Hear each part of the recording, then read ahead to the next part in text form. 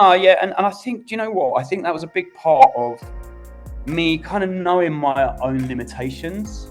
I'm not the smartest guy in the room, never am. But what I do have is that perseverance, and still to this day, there's nothing that, I rarely take no for an answer, or not necessarily just a no. It's more like, if there's always a way to get something done, or to reach someone, or at least get yourself in the room with that person and have that conversation with them.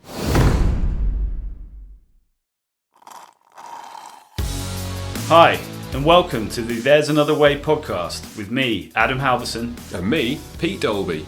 And you've come to the place where each episode we'll be shining a light on authentic people who have chosen an alternative path to their new normal to find another way.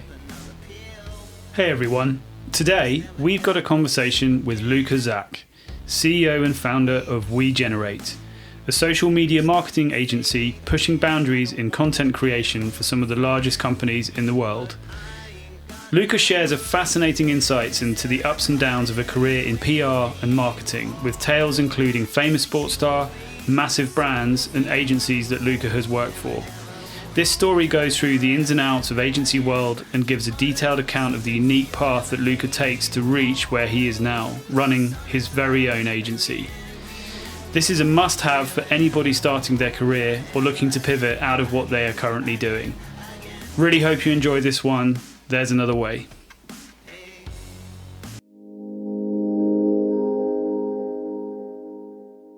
Luka, thanks for joining. Great to have you on the podcast. Really appreciate it. Been really looking forward to this. We've been trying to make it work for a while. Obviously, you've we'll come into this in a minute, but obviously you're not based in the UK, but you kind of come in and out, and we didn't manage to make it work, so we're doing it remote. But where are you calling in from? So I'm first of all, thanks for having me, guys. Really excited about this. I'm calling in from Medellin, Colombia, and I have been here now for must be getting on to very close to 2 years. Yeah. Amazing. Well, we'll come into a lot of that. So yeah, no, it's great to have you here, and yeah, I mean, we've got obviously, I think, a ton to get through.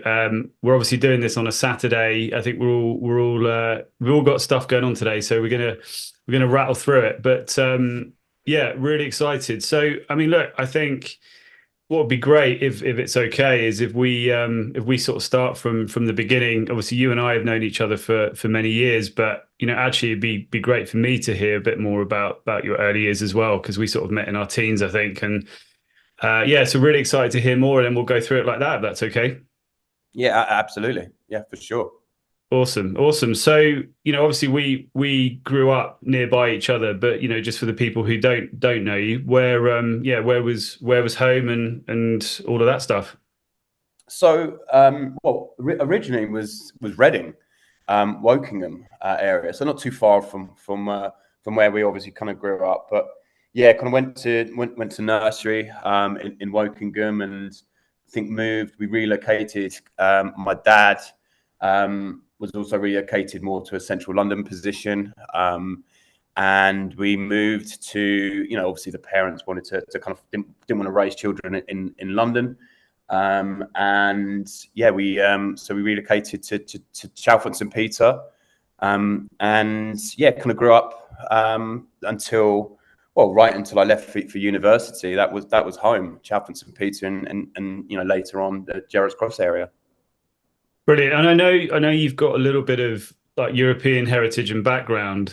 Is there anything you can sort of share on that, and kind of, because actually I didn't realize you guys were based in Reading and that sort of area, but pre Buckinghamshire. So how did the sort of family end up in this area?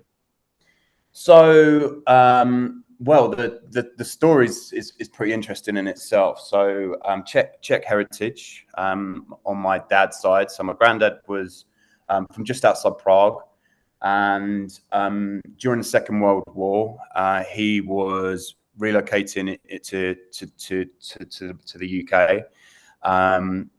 forced upon, obviously, because of the takeover from the Nazis. Yeah. And the story goes that he was getting on a plane. It was a pretty full plane, and him and another guy. There was only one place left, and my granddad kind of said, "Listen, you take the last spot. I'll get the next one." And his friend said to him the same thing, and they kind of had a little bit of a, "No, you take it." Anyway, next thing, there was people they heard crying from behind them, like people screaming, and basically they were shouting, "The Nazis are coming! Get on the plane!" So they both jumped on the plane. The plane managed to take off and got out of there. And half an hour later, the entire airport and runway was bombed by the Nazis. No way. God. Yeah. So they were very much the last plane from that particular airport out into to the UK. Amazing. So, yeah. And so then your granddad ended up in the UK after that. In the UK, in Essex. So he was in. I think I don't know whether he started in Scotland or not, which is where because my nan was from Scotland. But anyway, he ended up in Tilbury, in Essex, and he had a lovely kind of manor there, where he'd basically previously run Barter. Which still goes today, funny enough, the big kind of shoe manufacturer. We won't see them in the UK anymore, but they're still over. They're still around a lot of the countries. Actually, funny enough, they're out here. So when I see Barter, it's like I still think of my granddad, because that was him, one job for his entire life. And yeah, so he had a pretty senior position at Barter when he was in Czechia. So it was obviously Czechoslovakia at that time. And yeah, then they gave him a position in once things started up again after the war. And he ran that for pretty much for his entire professional life. And yeah, it was during the war. He was basically part of the the old guard? Is that what they're called? But basically, Dad's army. So yeah, so he was part of Dad's army in the UK, because he was a little bit older. But yeah, that was kind of his life, and that's when my dad grew up in Tilbury, Essex. Right, amazing. So then you ended up moving around a little bit, I guess, in and around London and Reading, and then out here in Bucks. And I think I'm trying to remember when we first came across each other. I think it was I guess, what would it have been? Probably some tennis match in our mid-teens. Tennis. Well, you always fail to remember this. We were at county together. we played county tennis every Tuesday in Great Missenden. I think it was in the Dome. I think Holton. Holton. Sorry, RAF Holton. That's it. There we go. I can't believe I keep forgetting that. It's really strange. Yeah, it has a look of bewilderment on his face. He's trying to recall the. Yeah, well, I probably blanked it out of my memory because you beat me so many times. That's probably it. Yeah. So we played regularly, every Tuesday or whatever day it was, and at RAF Holton, yeah. And I remember there would have been many freezing nights in the kind of Dome. I believe I believe the facilities are a lot better these days. But yeah, that was where we first met. And that was kind of part of I guess part of the journey as well. Part of being that kind of sportsman mentality. You never lose that, right? And I think it's so important for business as a whole. We did a lot of sports. You and I played table tennis. I think we played at one of the county championship county tournaments against each other. When I was throwing the ball up from under the table and almost got disqualified because I was so small, because I was so short. Yeah, I always dreaded seeing El Zach on the opponent on the whiteboard. Yeah, it was never a good feeling. And the Johnsons, they were always a bad name to come up against in either tennis or table tennis. They were quite handy. Absolutely. But yeah, the my under the table serve was my weapon, and when they called me out on it, I was devastated because people knew where the ball would go then. Yeah, but yeah, I think tennis and football and did a whole range of different sports, and I think it was really important to to develop that sportsman mentality. I guess it's still very much in my psyche these days in terms of like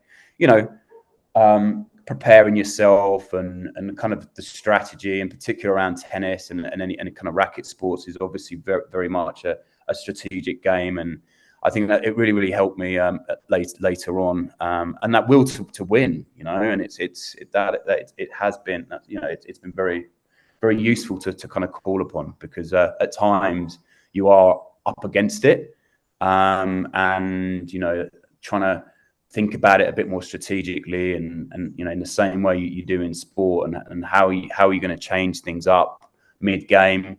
How can we do something a little bit different that's going to allow us to succeed, ultimately succeed. And yeah, I think it has been a really important part of my career is actually playing sports. I do credit that a lot.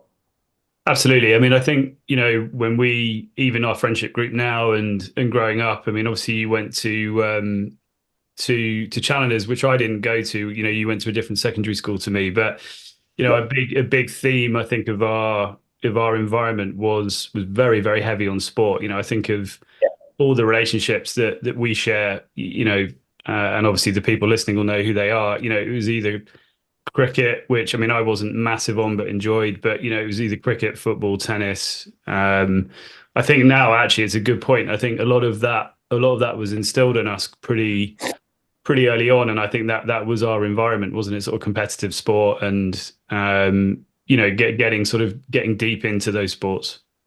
Very much so. Yeah, very much so. I had a brother who was obviously went on to become one of the best players in the country, as did yourself in tennis. Yeah. My brother was up there with the very best. And there's always that kind of that internal that family kind of competition as well.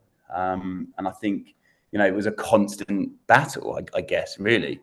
Your brother, especially if your brother is this incredible player, yours was slightly different because it was an older brother, so you were almost trying to keep up, whereas I was like having to look behind me, going, this kind of little wonder kid, who's on the back pages of the papers, of the national papers, saying like, is this the next Wimbledon champion? And there's me hacking around kind of county championships and not quite kind of living up to that kind of level. So, but I think it pushed me as well, and it's that constant kind of will to want to win and want to be better. And yeah, very, very much has been something that kind of shaped me. And sport generally, is that passion for sport. It really was the that was the kind of the springboard for my career. I remember thinking, at one point, I'm not probably, and we'll go back and I'll touch back on upon Challengers and kind of grammar school. Was I in terms of kind of the most book smart? What was I looking to kind of get into in a career? A legal career, that type of thing. I took law. I took I took maths. Economics, was that going to be for me? Business studies, I took right from GCSE all the way up to my degree. That's what I did my degree in business marketing. And I remember thinking one day, I'm not sure I can do a typical kind of 9 to 5. I'd want to work in sport, and I'm going to do everything I can to work in sport. Yeah, absolutely. And it's interesting, just as you were speaking, I've just been thinking, the environment that we grew up in, like you said, with my brother sort of being national top 10 And yeah, he's a bit older, and luckily or unluckily, there was no way I was ever catching him at tennis. But it did sort of build a mindset, and like I said before, we were all very, very focused on sport younger, so I guess what you started to work out during school was actually, do you know what? I want to build this into part of my career, and so you did business marketing at university. Where did you go again? I actually can't remember. To Bristol. That's the answer. That's the answer I give to everyone. But I went to Bristol UWE. But I can say it now. I've got my own company. It's fine. I probably don't need to go on too many more interviews. But yeah, I think that CV definitely says Bristol University, or just Bristol maybe. So if they ask, yeah, I went to Bristol. If they need to dig into it a little bit more, then I guess I have to reveal that it was Bristol UWE. But hey. Brilliant. It sounds like sports played a big part in your life, and still some of those lessons you learned are still kind of you're using today. Was there one person that was an influential figure in your life that kind of drove that love of sport for you and your brother? Yeah, very much my dad. I mean, well, I do disservice to my mum there, because my mum was the one who was running us around to RAF Holton and to all corners of the country when it came to tennis. My dad was very much hands on the football side of things. He was my coach for Amersham Town. I played for Amersham Town for many years, and we were a very, very successful team. And we won a lot, and that taste of winning and playing, we are the champions at the end of it. Every win was something that I wanted more and more. And I still play it. I still play "We Are the Champions" to this day when we win a big new piece of business. "We Are the Champions" kind of goes on because it's become that ritual almost. It's still there today. It's a long time since. So yeah, my dad was very influential on the sports side, because he was a very good tennis player himself, very good football player as well. Yeah. Amazing. Yeah. Sadly, it's a long time since we've heard that song, "We Are the Champions," isn't it? Yeah. Football too. But the follow-up question I had was, did you hone your under the table serve in the business world later on? Say that again, sorry. Did you hone your under the table serve in the business world later on? Yeah. So I guess, where most of it came from was my dad. So my dad had his own marketing agency, very successful marketing agency in the middle of London, and I used to go in there. He used to take me in, and he worked on some really cool projects, especially for I'm probably guessing I was around 9, 10, 11. So for a 9, 10, 11-year-old, when you're going in and he's working on Nintendo Game Boy with the likes of the Mario Brothers, and they did some big activations for what was Smith's Crisps, and Monster Munch, and all sorts of kind of recognized household brand names. And he's doing the promotion. He's kind of doing the promotion side of things. So they had this like Mario Bike Blaster and Monster Munch Bike Blaster, and like I said, Nintendo Game Boy giveaways. And so you're going into the office, and it's like there was a thing called the toy box. And I remember going into rustling through the toy box and seeing like this little chest of like amazing amazing kind of what they were giveaways. And I'm just there like, wow, this is incredible. This is what I want to do as a job, So very early, that was like, I want to get into this. I want to get into the marketing world. This seems really cool, which was just inspired because there was a toy box, but it's still kind of shaped where I wanted to, the industry that I wanted to get into, because it just looked fun, essentially, So we'll get into a little bit more of your career, but it sounds like that there was a lot of inspiration, and I guess it was just sort of it sounds like it was in the blood a little bit. You had a lot of this kind of stuff going on around you, and you obviously were picking this up as a lad. Very much so. Yeah. I think, I think seeing seeing how hard my dad worked, and seeing, the success of and the foundations of what he had built, and what he kind of gave back to to the family, it was very aspirational. So I think both me and my brother, because my brother has also gone on to be very much, he's very much an entrepreneur. He's had, he's started up many different companies, all of them successes within their own right. So I think both of us took a lot from those early days, and from him in particular. Amazing. And so I guess Bristol Uni, and obviously we had a great time. You kindly visited me up in Sheffield a few times, which we probably shouldn't share masses of detail on those nights out, but they're obviously very yeah, a couple of board games and a bit of orange squash maybe. But anyway, Really? so yeah, so like obviously we I think spent quite a bit of time together through your uni, and obviously we had our friendship group back at home. And then yeah, so obviously outside of finishing it at Bristol, what happened next?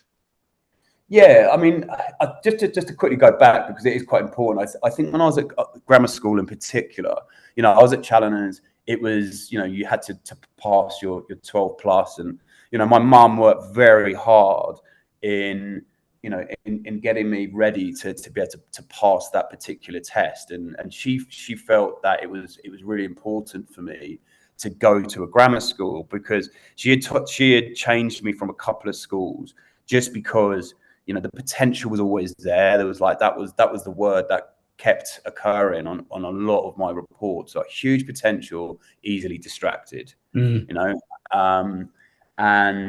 I love, I did love being the class clown. I loved joking around. That was a big part of me and my personality. So I was smart. I was very creative, and I think we saw that in some of the results that that I was delivering, especially when I was at Challengers.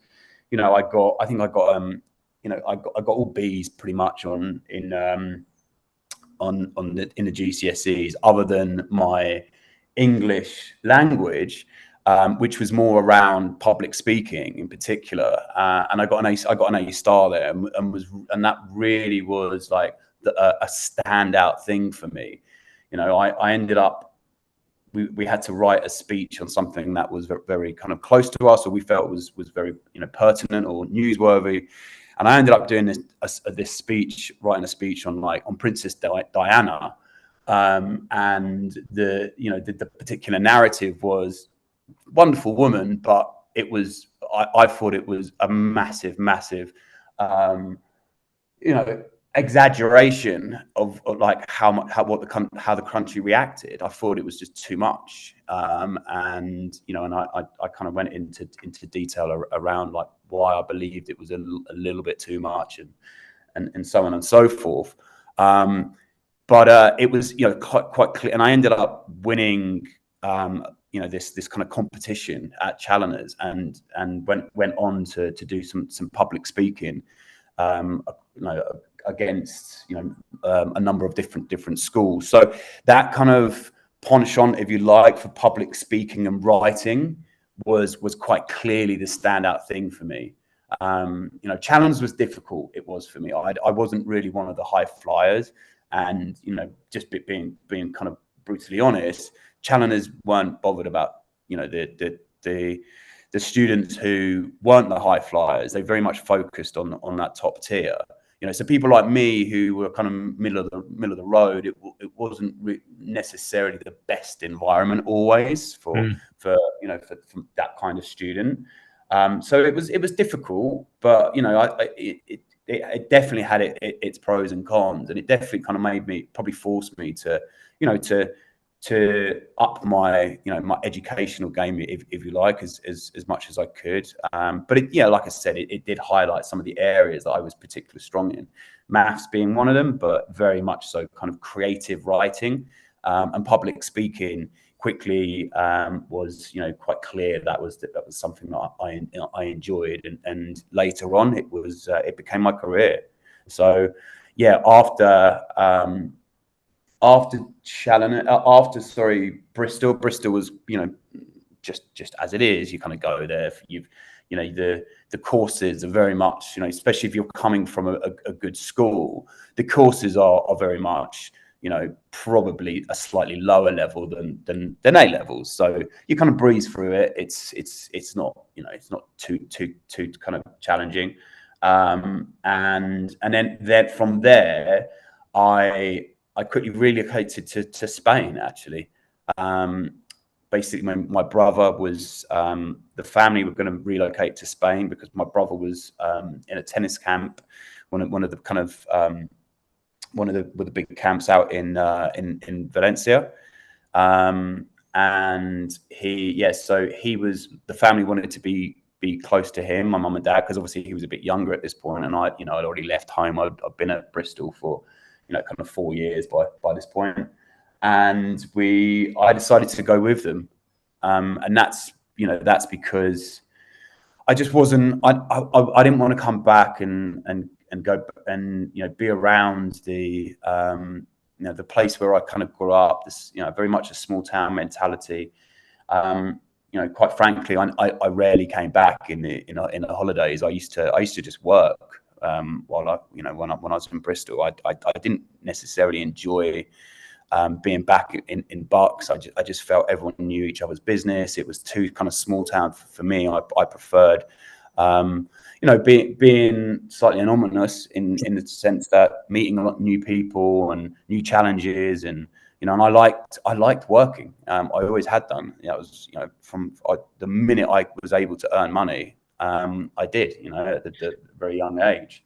And just sorry to interrupt. Just to dig into that a little bit, because actually, funnily enough, Pete and I were just talking about this before we started. And what sort of was it that you picked up on that made it feel sort of small town and that sort of everyone knowing everyone's business? Was it and actually also to sort of have that confidence to think, what, I'm heading off to Spain? Because I guess at this point you would have been early 20s or something like that. Early 20s, yeah. It just it's. Some people love it, some people really don't. And it's going to the same pubs, seeing the same people, the same clubs, the same night. It's very much Groundhog Day, and that really wasn't for me. Especially I've just been to this. I've been to Bristol, which is a pretty big town, and and you've got so many different things and so many different events, and music has always been sport. Is a huge passion of mine, but music is also right up there, and I was very, early on. I didn't like the drinking culture. Wasn't for me. I just didn't feel happy kind of going out, just drinking, the same thing over and over again. And when I was at the final year of what would it have been, A levels, so the between A levels and going to university, we'd done this holiday in one of the Greek islands, can't remember now, but and at the end of the 2 weeks, I was like, lads, see you later, I'm staying. And they were like, what? You've got to come home? I'm like, no, I'm going to get a job here and just work out here all summer. I put a call into my mum and just said, hey, mum, I've got a job as a PR, which is quite funny because I became a PR. But wasn't that type of PR. It was a PR for to get people into your bar. But yeah, I said, Mum, I'm going to stay out here and work all summer and meet new people, and because I'd gone with obviously kind of lads who I'd grown up with, and we'd also a lot of those same boys. We all kind of went, a lot of the lads who went to Challengers, we were part of this group, and we all decided to kind of go to the same uni as well, rightly or wrongly. So we had when we turned up at university, we already had our kind of group of friends, and that was. No, that was not necessarily what I wanted to go to uni for. I wanted to go there to meet new people. I didn't want to be, basically have a mini version of kind of Gerrard's Cross in Bristol. So, I think that was something I quickly early identified when I was at Bristol, that I wanted to meet new people and get new kind of friends groups. And basically that happened when I was, I did this job in like I said, in one of the Greek islands, and then stayed there, met some great people, and ended up meeting a bunch of lads from Manchester. And I ended up just, I used to go up to Manchester every other week, and we'd go clubbing, we'd go raving, we would, whether it was dance music, house music, garage, drum and bass, and that was the scene I loved. I just loved the music scene. I loved going raving. I loved clubbing. Music was, for me, it's what I was so passionate about, rather than just standing in the same club with the same people, listening to the same music. So that quickly became something I was, I was clearly very interested in and loved.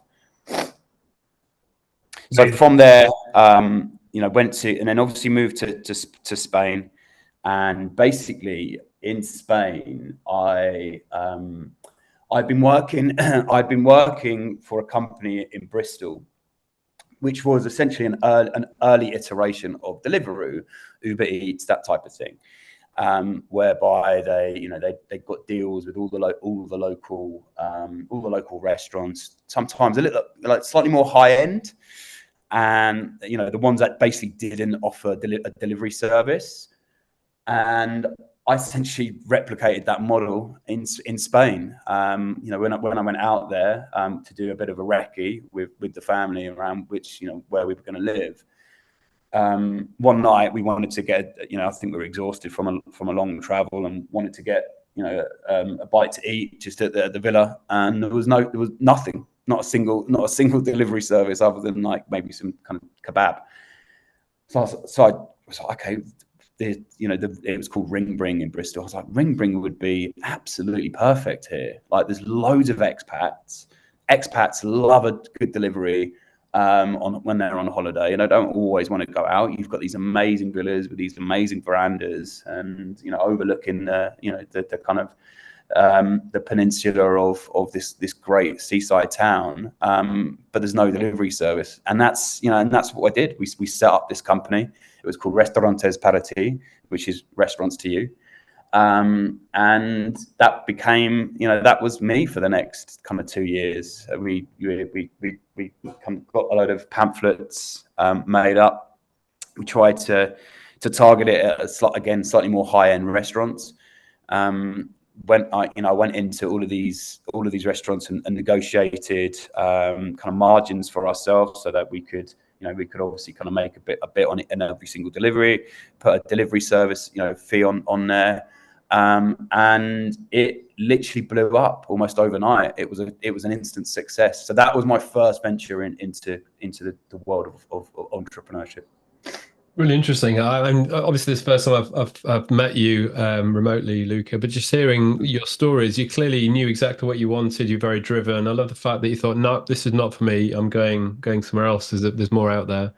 And then obviously you've inherited that kind of entrepreneurial spirit from somewhere as your brother has as well. But yeah, really interesting because not a lot of people have these ideas and think, I really fancy something different, and never actually do it. So the fact that you just thought, no, I'm done. I'm going somewhere else. I think it's really interesting. Yeah, I don't know what it was, but I didn't have that fear factor. I think there was obviously setup costs involved in something like that, but what I saw it as a very small barrier to entry. It was, you go and negotiate the rates with the restaurants. It's you're just the middleman, right? You negotiate the rates with the restaurants. Yeah, you got to buy some hot bags. So we got them imported from China. These like really good hot bags. And obviously you need to get some brochures designed and printed. But other than that, there was very little kind of startup costs. So I saw it as a pretty good opportunity to basically be my own boss, if you like, quite early. And we did that as a family. I got the opportunity to work with my dad, which was amazing. And we had a family business essentially quite quickly while we're out there, and it was everything that comes with being an entrepreneur or being a business owner. I was quickly exposed to it. various different things, like not having the phone ring in and panicking that you're not going to be making any money this evening, and right through to the phone ringing off the hook, and we were stressed out of our brains because we had kind of scaled too quickly, and suddenly we're getting 10 calls an hour, and we don't have the drivers that we'd hired at this point to be able to to service all of these calls. So quickly was exposed to the to what business kind of throw at you, and it was a really, really good grounding and a kind of good learning curve there. It really set me up well. Yeah, I actually work in restaurant technology now, so there's stuff that can help with that stuff now. But it's interesting to back in the day, it was a lot more manual, wasn't it? But yeah, really interesting. And how long did you run that business for then? So we did that for basically, I ran it for about 2 years, I think. And by the end of the 2 years, I basically was kind of starting to get itchy feet. I was in a small expat town in on the coast of Spain, and kind of felt that I'd probably done it too soon. It was a great place to go, maybe after, or have done like after you've had your kind of your kind of business and your professional career, and maybe you're looking to wind it down and have that as a bit of a kind of passive income, if you like, or a side income, whatever, however you want to look at it. But yeah, it was I felt that I'd maybe kind of turned my back on a different on a traditional career, if you like, maybe too soon. So I kind of handed the reins over to my dad to continue with the business, and I wanted to see how I could there was a way back into London in particular. My granddad was a huge inspiration for me. So not the granddad we mentioned, who kind of flew back from Czechoslovakia. My granddad on my mum's side, who I was very close to. My granddad Zach was a typical Czech. So not always the most loving, should we say, but that's the way. That was kind of the Eastern European way. Whereas my granddad on my mum's side was very much the opposite. He was a northerner from Blackpool. That's where my mum's from. Very loving, very very much a family man. I think six kids. Grew up in Blackpool all his life and loved everything about Blackpool. The sun always shone in Blackpool, when it very much didn't. But in his eyes, it was Blackpool was an amazing place. He loved it. Despite all the things that would happen later on, in his life, the kind of I guess the struggles that seaside towns like Blackpool would kind of typically go through. Like, he still loved it there, but he was very much he was very much on the other end of the army and the war. He was very young, so almost too young to join the army. So he lied about his age so he could join the Navy. And he was on the front line in World War II, and listening to some of his stories it was incredible, and he was a massive inspiration for me. So when I got a call from him saying he felt he was almost a little disappointed that I hadn't probably recognized my own career path and some of the great things that he believed that I had to offer. It was it was a bit of an eye opener, and I always wanted to make him happy. So that was probably the straw that broke the camel's back, when he kind of said that, and I was like, yeah, he's right. I want a career in London. And that's where I put some calls in to friends of mine, and I'd identified I wanted to work in sport. I didn't feel that I'd have the same passion to work in other careers. So whatever it would take, I wanted to be in sport and in and around sport. And luckily, a friend of mine worked for Play.com, which was obviously the almost a an early iteration of Amazon, if you like. They sold games and all sorts online.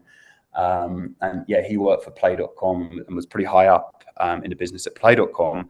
And he had a PR company. So his PR company, it was that his client, they did all the PR for Play.com, but they also had a sports department which did all the PR for the likes of Adidas, Gillette, just to name a few. And they had some other great brands on there where they're doing all the sports activation. So he put a call in and said, I'd like you to give one of my friends a chance, even if it's just an internship or whatever it may be. So I interviewed for this internship. Unfortunately, didn't get it.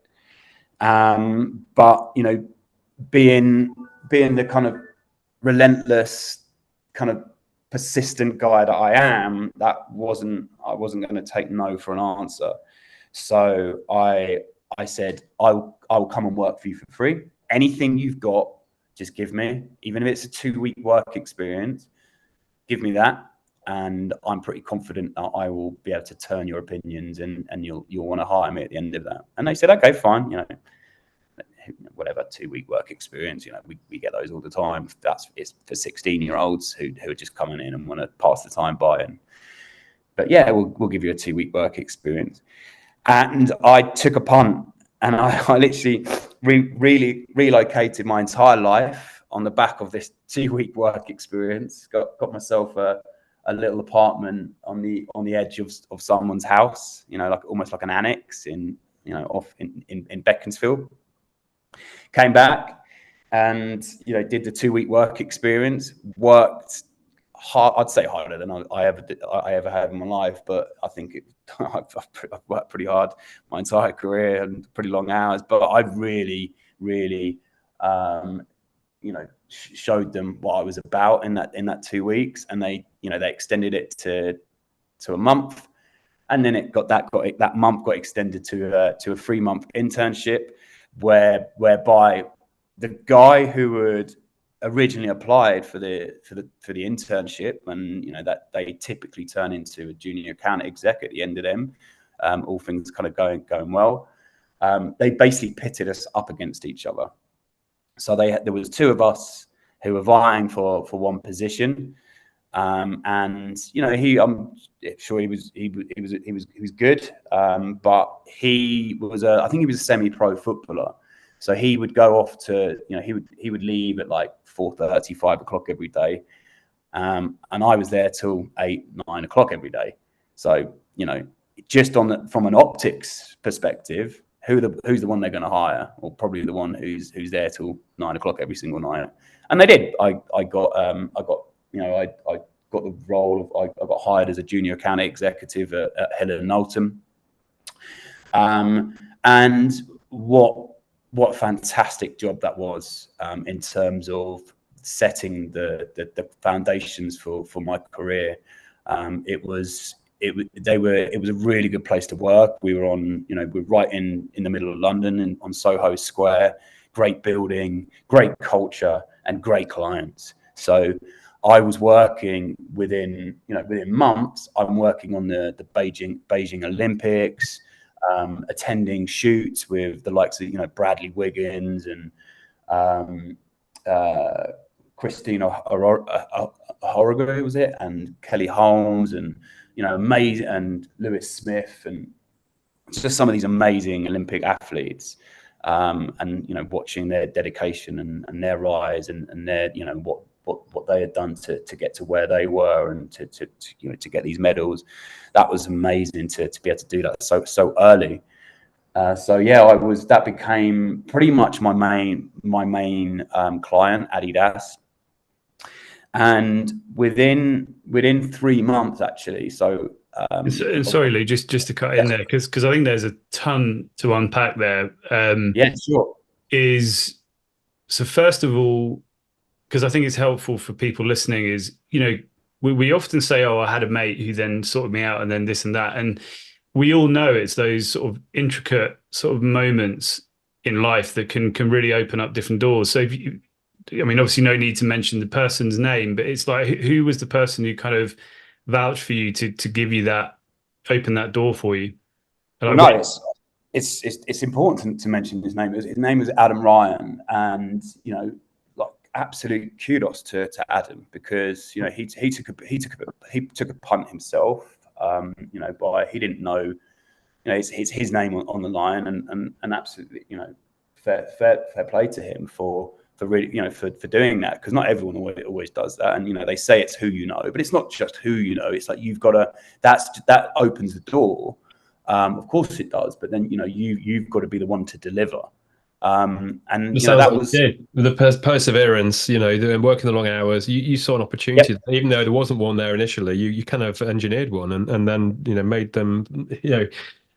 them not regret their decision to put you in there for 2 weeks, which I think is a fantastic message, because I think there's a fair few people in this world that expect things to be handled on a plate, and you certainly weren't given that at all. No, yeah, and I think, do you know what? I think that was a big part of me kind of knowing my own limitations. I'm not the smartest guy in the room, never am. But what I do have is that perseverance, and still to this day, there's nothing that, I rarely take no for an answer, or not necessarily just a no. It's more like, if there's always a way to get something done, or to reach someone, or at least get yourself in the room with that person, and or have that conversation with them. And still to this day in my career, it's within with the agency, I instill that into all of my employees very early, to say, guys, perseverance. Like, don't feel that just because you haven't got a response from a particular person, or we'll get into it, but accounts or influencers, there's always a way to to at least get an answer, or get them to kind of respond to you, because it's a huge, once don't, there's kind of, there's pros and cons to that perseverance, and being a bit of a dog with a bone, and not letting go. Sometimes you've got to let go. You can't allow it to become all consuming. But there is a big part, there's a big thing for perseverance and being relentless. It's it has been a huge part of my career, to getting, not just to get hired, and to show that am I the most creative, the most intelligent, the whatever it may be. Not always, but this guy will literally go above and beyond to get what we need, and to get those results. And it was something that a lot of my employees, account managers, and later on, partners, kind of saw that as something that was a huge plus point. Yeah, and I think what's really interesting is when you hear your background story, and I think that's why it's so important to hear the whole journey, is because, and I'm going through this with my own kids at the moment, about how do we create an environment for them that gives them that sort of resilience and perseverance, but also that network where you've got, you're in an environment where someone in your group goes on to achieve something good. He then provides a platform or opens a door. Obviously, like you said, you've got to make it count. But I think these are important stories, because it's, there's so many lessons in it. It's, not only is it about sort of how you navigate these situations, but it's also about spotting opportunities and taking them. Absolutely. Yeah, it really is. It's like, and also crafting those opportunities yourself. They might not just be handed on a plate, or they might not be kind of linearly there in front of you to just, to go out and grab. Sometimes you've got to make those opportunities, and it takes building blocks. It takes going, a little bit around the houses to be able to get to the end point that you've targeted. But it's always it's so worthwhile when it does come off. It doesn't always come off, of course it isn't. There's going to be losses along the way, but make your own luck. find those ways to be able to get to that target. You know, and as most of the time you'll always be able to to get there. So, whatever way it requires. Yeah, absolutely. So you mentioned, you started working on Adidas and some pretty interesting accounts, and Yes. I suppose for you that must have been such a gratification of sort of going through this sort of intern process, and I suppose not getting paid for it very much, and then all of a sudden, you get through the process and bang, here you go, you've got, I suppose, in a way. And I vaguely remember this when you were sort of going through this process, but I don't. I just actually, from what I remember, is you keeping your head down and just grafting, and I suppose this must have been a little bit of a tap on your own shoulder, or pat on your own back, just to sort of say, look, here you go, you've earned this, and now you're into Adidas. Yeah, so it's a good point. So basically, yeah, I was earning very little at the time, and by this point, remember, I've been in Spain for 2 years. I stayed another year at uni. So I'm around, and I went. Did I go to uni a little later than others, or maybe not? But anyway, I basically there or thereabouts 4 years behind everyone else in terms of the kind of earnings ladder, if you like. So I had to get my head down because I wasn't earning anywhere near what my peers or what my friends were at the time. So I didn't have the luxury of really being able to go out. I couldn't afford it, So for me it was just focus on work. When people are going out on a Friday night, I'm there doing Adidas reports at kind of at 9 p.m. I had a pretty strict taskmaster in one of my account managers. I'd send him the Adidas report on a Friday at say 6, and he was, oh no, this bit here is not in line. You'd basically have to scan. This was all manual at the time, so you'd have to go and scan the back page of the Sun or the Daily Mail or whatever, or Match magazine, wherever the coverage was. The Adidas boot or the interview or whatever, the boilerplate, whatever it was, we'd done. And you had to scan all this coverage and then put it into a report and send that over to Adidas. And if one of the, if there wasn't a comma on one of the, on one of the reach figures, or some of the font was different, or the scan wasn't aligned absolutely perfectly, he'd make me do the whole thing again and again and again. And it would get to like 9 o'clock on a Friday night, and I'm still there in the office with the cleaner, still doing these coverage reports. But it was a good thing, and I still have that to this day. Maybe a little bit too anal, but I like these things to be done professionally myself now. I like an email to be written, and structured really nicely for a client. When we're sending our own coverage over, I like, because it's not, it's slightly different, but it's still in a way it's coverage. When we're generating millions of views, and we do our reports, I like it in a kind of set way. So that was very much my learning in that early role. But that hard work, even at Hill & Knowlton, which was a real hotbed of talent. It turned out to be a real hotbed of talent. So within that team at Hill & Knowlton, my line manager that I just mentioned, he went on to become Andy Murray's agent, and has had, as you can imagine, a very successful career. I guess second removed line manager, so the guy who was who was ahead of him, he went on to become, he's now basically running Adidas. Essentially, he's got the top job at Adidas itself. But there was a whole plethora of our talent. One guy went off to become head of comms at Nike. There's lots who are who are at Adidas, because obviously they were such a big client. What tended to happen is they would take the best of it and hire them internally for Adidas itself. But yeah, there was a real plethora of talent. You got there's another lad who's the head of sports marketing at Puma now. So that particular class of 2010, 10, I think it was, or two. Well, no, because the Beijing Olympics. So the class of '08, if you like, it was a pretty special one. It really was, and it was amazing to be around those types of people. Yeah.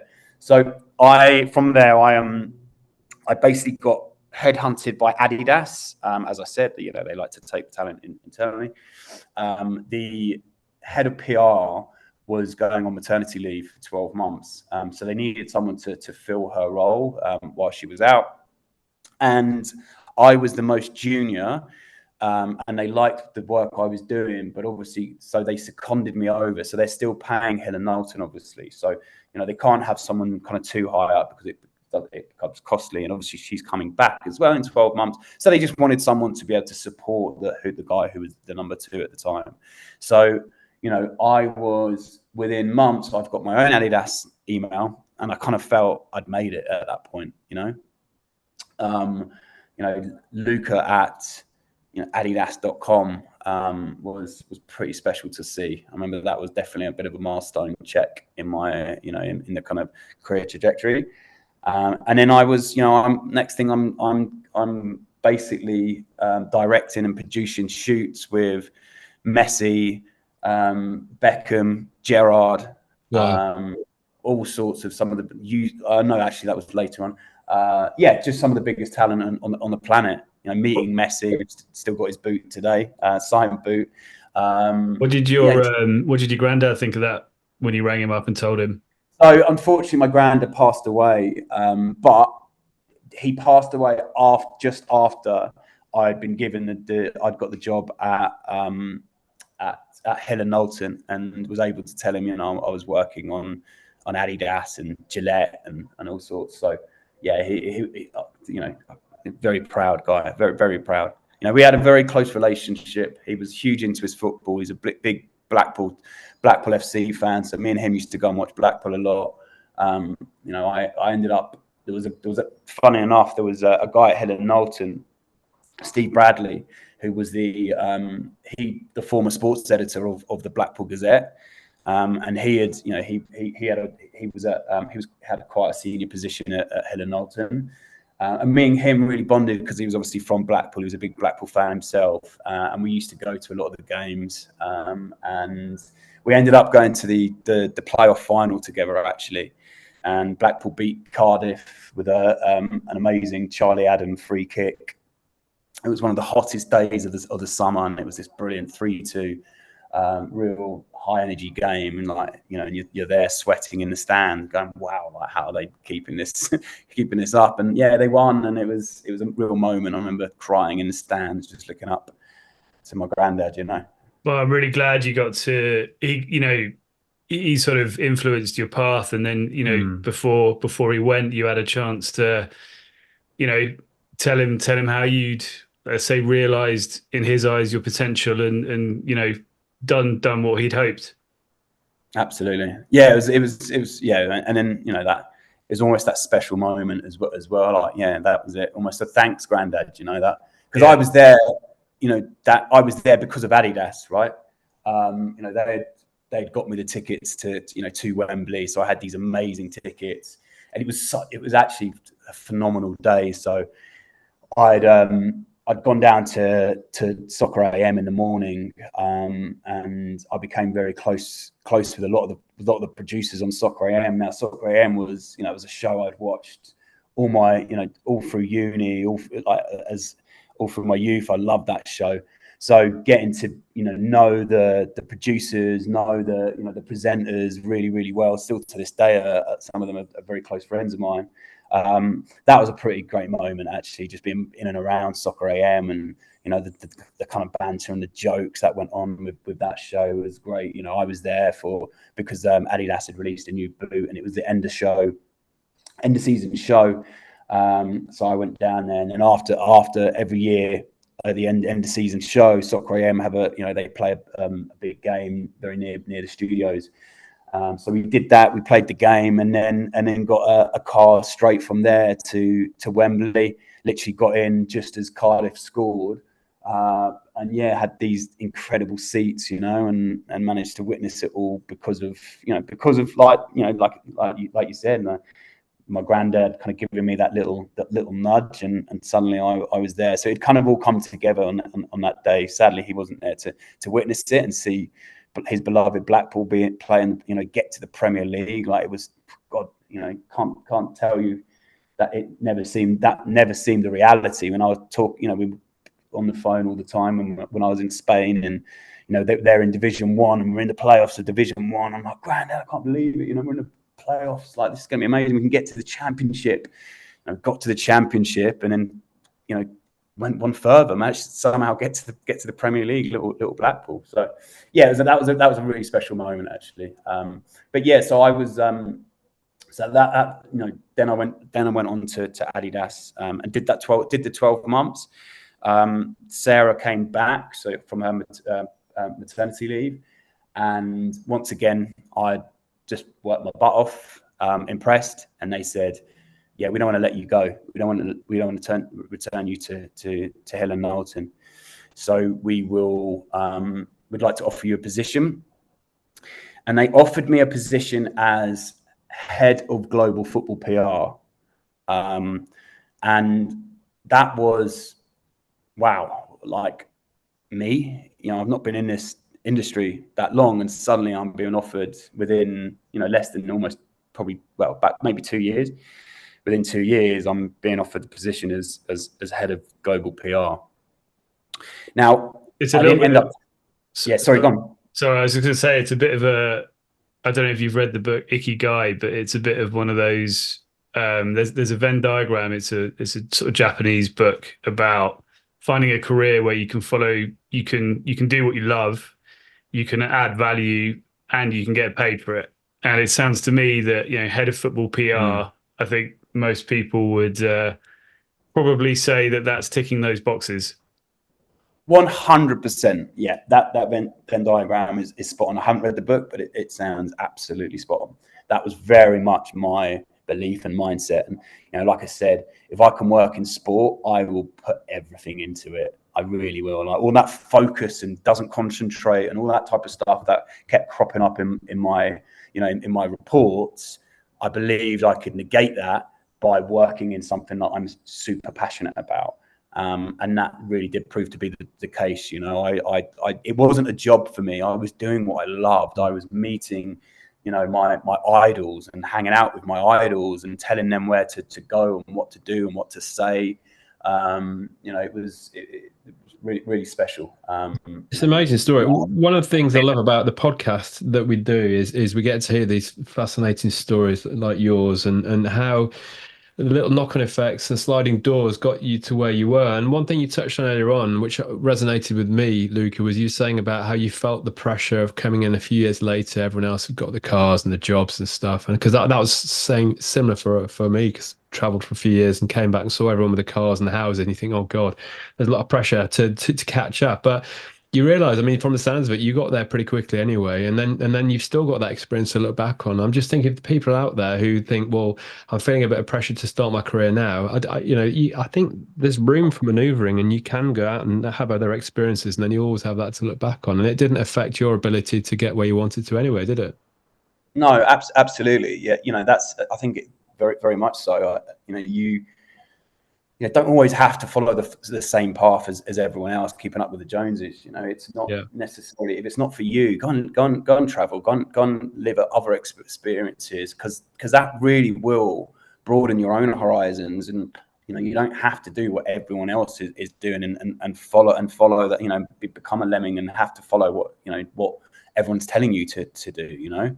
Obviously, many people will say, "Oh, you can't go to Spain," or it was.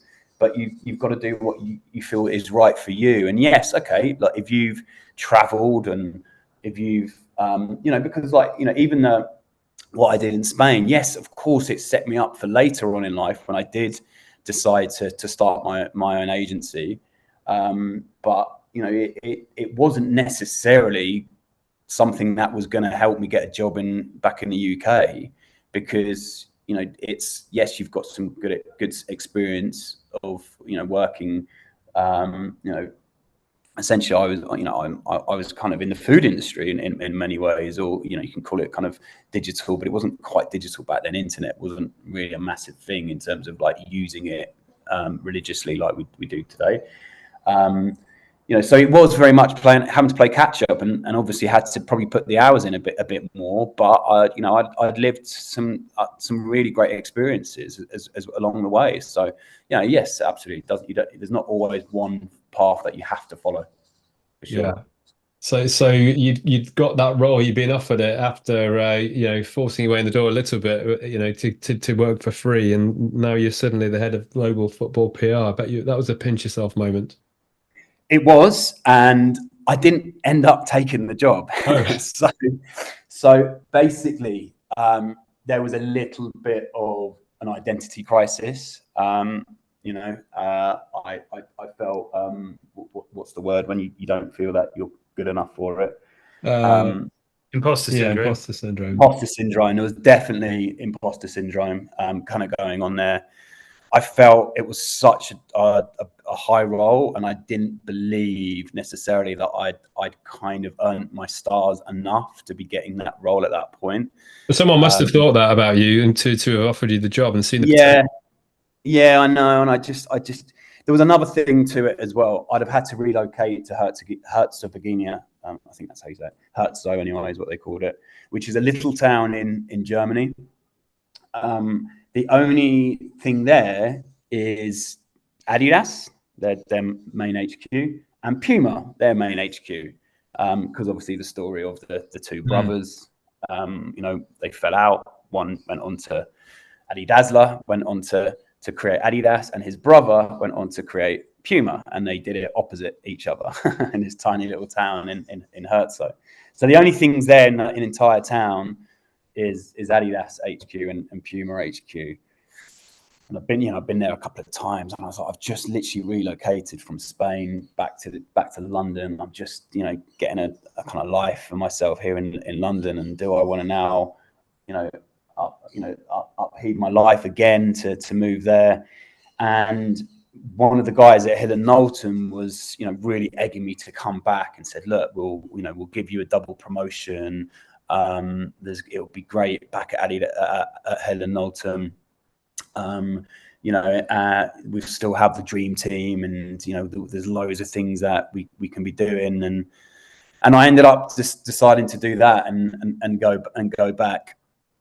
And whether it was a right move or not, who knows? But it turned out to become quite toxic, if you like. And that was definitely it started to become that was a knockback that I really had to overcome. So I didn't get the double promotion.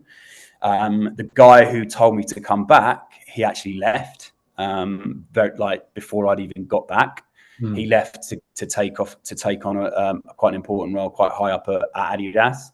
So and then I was quickly exposed when I was at Hill and Knowlton, because the dynamics had shifted. So I was essentially I was their client when I was at Adidas. They were reporting into myself because I'd taken on the role of the head of PR.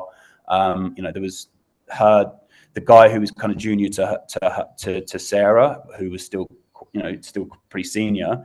He had moved into her role while she was off, and then I was his support. So I'd kind of taken his role, if you like. So I was still quite, I was still quite an important person, still an important cog.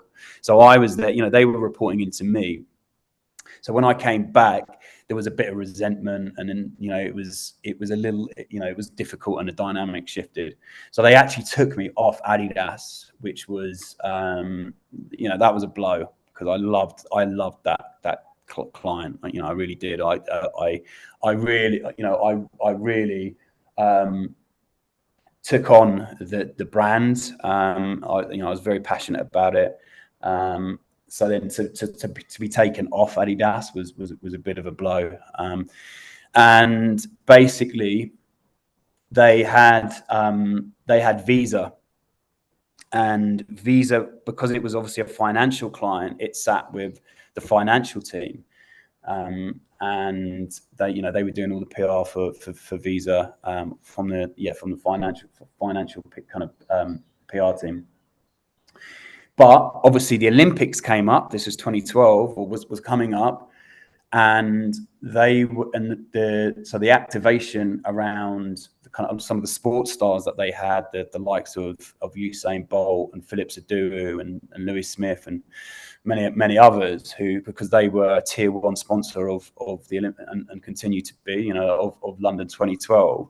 So they had, people who weren't probably set up to get the coverage on the back pages like someone like myself. So they kind of, it was a bit of a like, oh, we'll just put him on that. It's a client that's kind of failing. They're looking to leave Hill and Knowlton because they're not quite happy with the work and the coverage that's being delivered. We'll just shove him on that for now, type thing, So I could have thrown my toys out of the pram and got upset, but I just thought, okay, well, I'm going to turn this client around, and I did. And so sadly, Visa didn't leave. They actually increased spend with Hill and Knowlton, and very quickly offered me a role internally.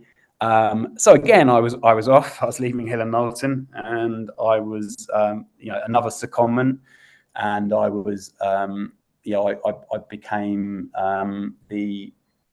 basically became the press officer, Visa press officer, for the Olympic Games. So I was based in Paddington at their HQ, and was working on the London 2012. And I get from the disappointment of Adidas through to suddenly I was flying out to Jamaica to hang out with Usain Bolt, and do the interviews with him, do a big photo shoot with him. And then, we really got on. So me and Usain ended up going for dinner at his own restaurant. Talk about ego. Took me to his own restaurant. Ordered the Usain Bolt burger and told me, asked me whether it was the best burger I'd ever had in my life. Obviously said yes. And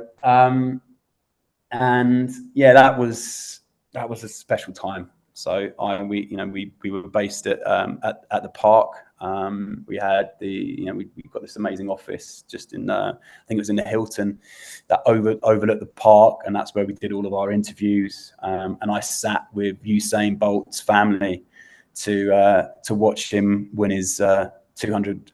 His 100 and his 200 gold medal. Wow. Iconic as well. I mean, that's a great story, by the way, with Usain Bolt. What an absolute legend. But I think for me, easily, I go to a lot of sport. I love sport, watching it. Easily the single best sporting event I've ever, I think I mentioned this in a previous podcast, the single best sporting event I've ever been to and witnessed. It was just incredible.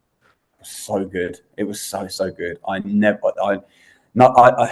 the achievements that that have happened in my career, and there's been some really great ones, but still to this day I look back on that time, that month as the most fondly of my career. Hanging out with these iconic superstars, athletes. Like I said, sitting there watching the final for Usain Bolt and turning around and seeing the Adidas team 10 rows up, and Wow. waving to them was quite funny. And having spent some time with Usain Bolt, can you offer any insight into his kind of, I don't know, his mindset or personality, or is there anything in him that just screams, the single greatest sprinter we've ever seen in our lifetime, isn't he, by a country mile? So, is there anything? Yeah, I think in all honesty, he's just a specimen. He's a natural talent, and it just kind of came to him. So I can't necessarily pick out anything in particular, because he turned up 2.5 hours late, even though was there. He's there. He's meant to be coming to the shoot, meant to be training. There was one of the other athletes. I can't think of his name right now, but he was another amazing Jamaican 100-meter sprinter. And he was there like early doors. He was on the track at 7 a.m. Whereas Usain rocks up 2.5 hours late but just blitzes it. Does his training. Is just like a phenomenal talent, and just very very laid back, and just very confident. Knows his talent, knows what he's about, and just the aura that he holds was something else. You know, really, really special guy, and just amazing to be around. But it was lovely, but you know, kind of being part of that with Usain. But the one that I really took to was the gymnast Louis Smith. I'd actually come across him previous for the previous Olympics, so 4 years before that, when he won silver in Beijing, and I became quite close with him and quite good friends, and just the training and the sheer body strength of those guys, you know. Gymnast, the gymnast and the horse, gymnast, pommel horse, yeah. And my word, it's like that for me. The training, the strength, upper body strength, what they put themselves through, like the talent is something else. And I actually think it's, you know, it's a discipline that probably doesn't get the recognition that it probably should deserve, because those are really, really talented and special people. Like what they're doing is, you know, as someone who's been going to the gym since they were 16, and the strength that it takes to do what they do is something else. So I love being around him, and you know, and I was with his family a lot, and him himself, and he ended up getting a silver in London, but he finished on equal points to the Russian. But because the Russians was deemed to be a slightly harder routine, the gold went to the Russians. So you're talking about like such fine margins there. So obviously it was a huge disappointment that, you know, he obviously won silver, but he wanted that gold, and it didn't quite happen for him. But you know, I was kind of with him afterwards, and he's obviously devastated. But yeah, it was amazing to kind of be around that. And then, you know, then the next day he turned up for all the interviews, and bleary-eyed, and was clearly with alcohol on his breath. And I thought, oh my God, Louis, you're going on camera on like live TV in about 20 minutes. Come with me. Let's get you sausage, bean, and eggs, and a couple of coffees, because we need you to sober up, because you're going on live TV very, very shortly, mate. I think that was understandable, though. If it's, you know, he must have put so much into going for that gold medal at London 2012, and to fall short by such a slim margin must have really hit him, because you throw yourself into it. I mean, I would imagine he was training for that. Yeah, absolutely. And I think he kind of, you know, he realised it was probably his last chance. You know, gymnasts don't typically tend to go on beyond like 28. That's kind of retirement age. So yeah, it was, you know, obviously I think the thing with him was he had surprised everyone. He was you know, relatively unknown when he got silver in Beijing.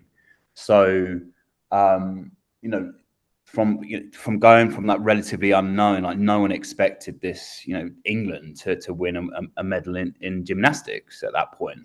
You know, from where we fast forward 4 years, we claimed, you know, we claimed a lot of medals in the gymnasts. We actually got a gold with the other lad who obviously Lewis was, you know, was kind of competing internally with, I guess, because, you know, they'd known each other for probably growing up, and been at the same competitions, probably been doing the same disciplines as well. Although the other lad was on the rings, and Louis was on the pommel.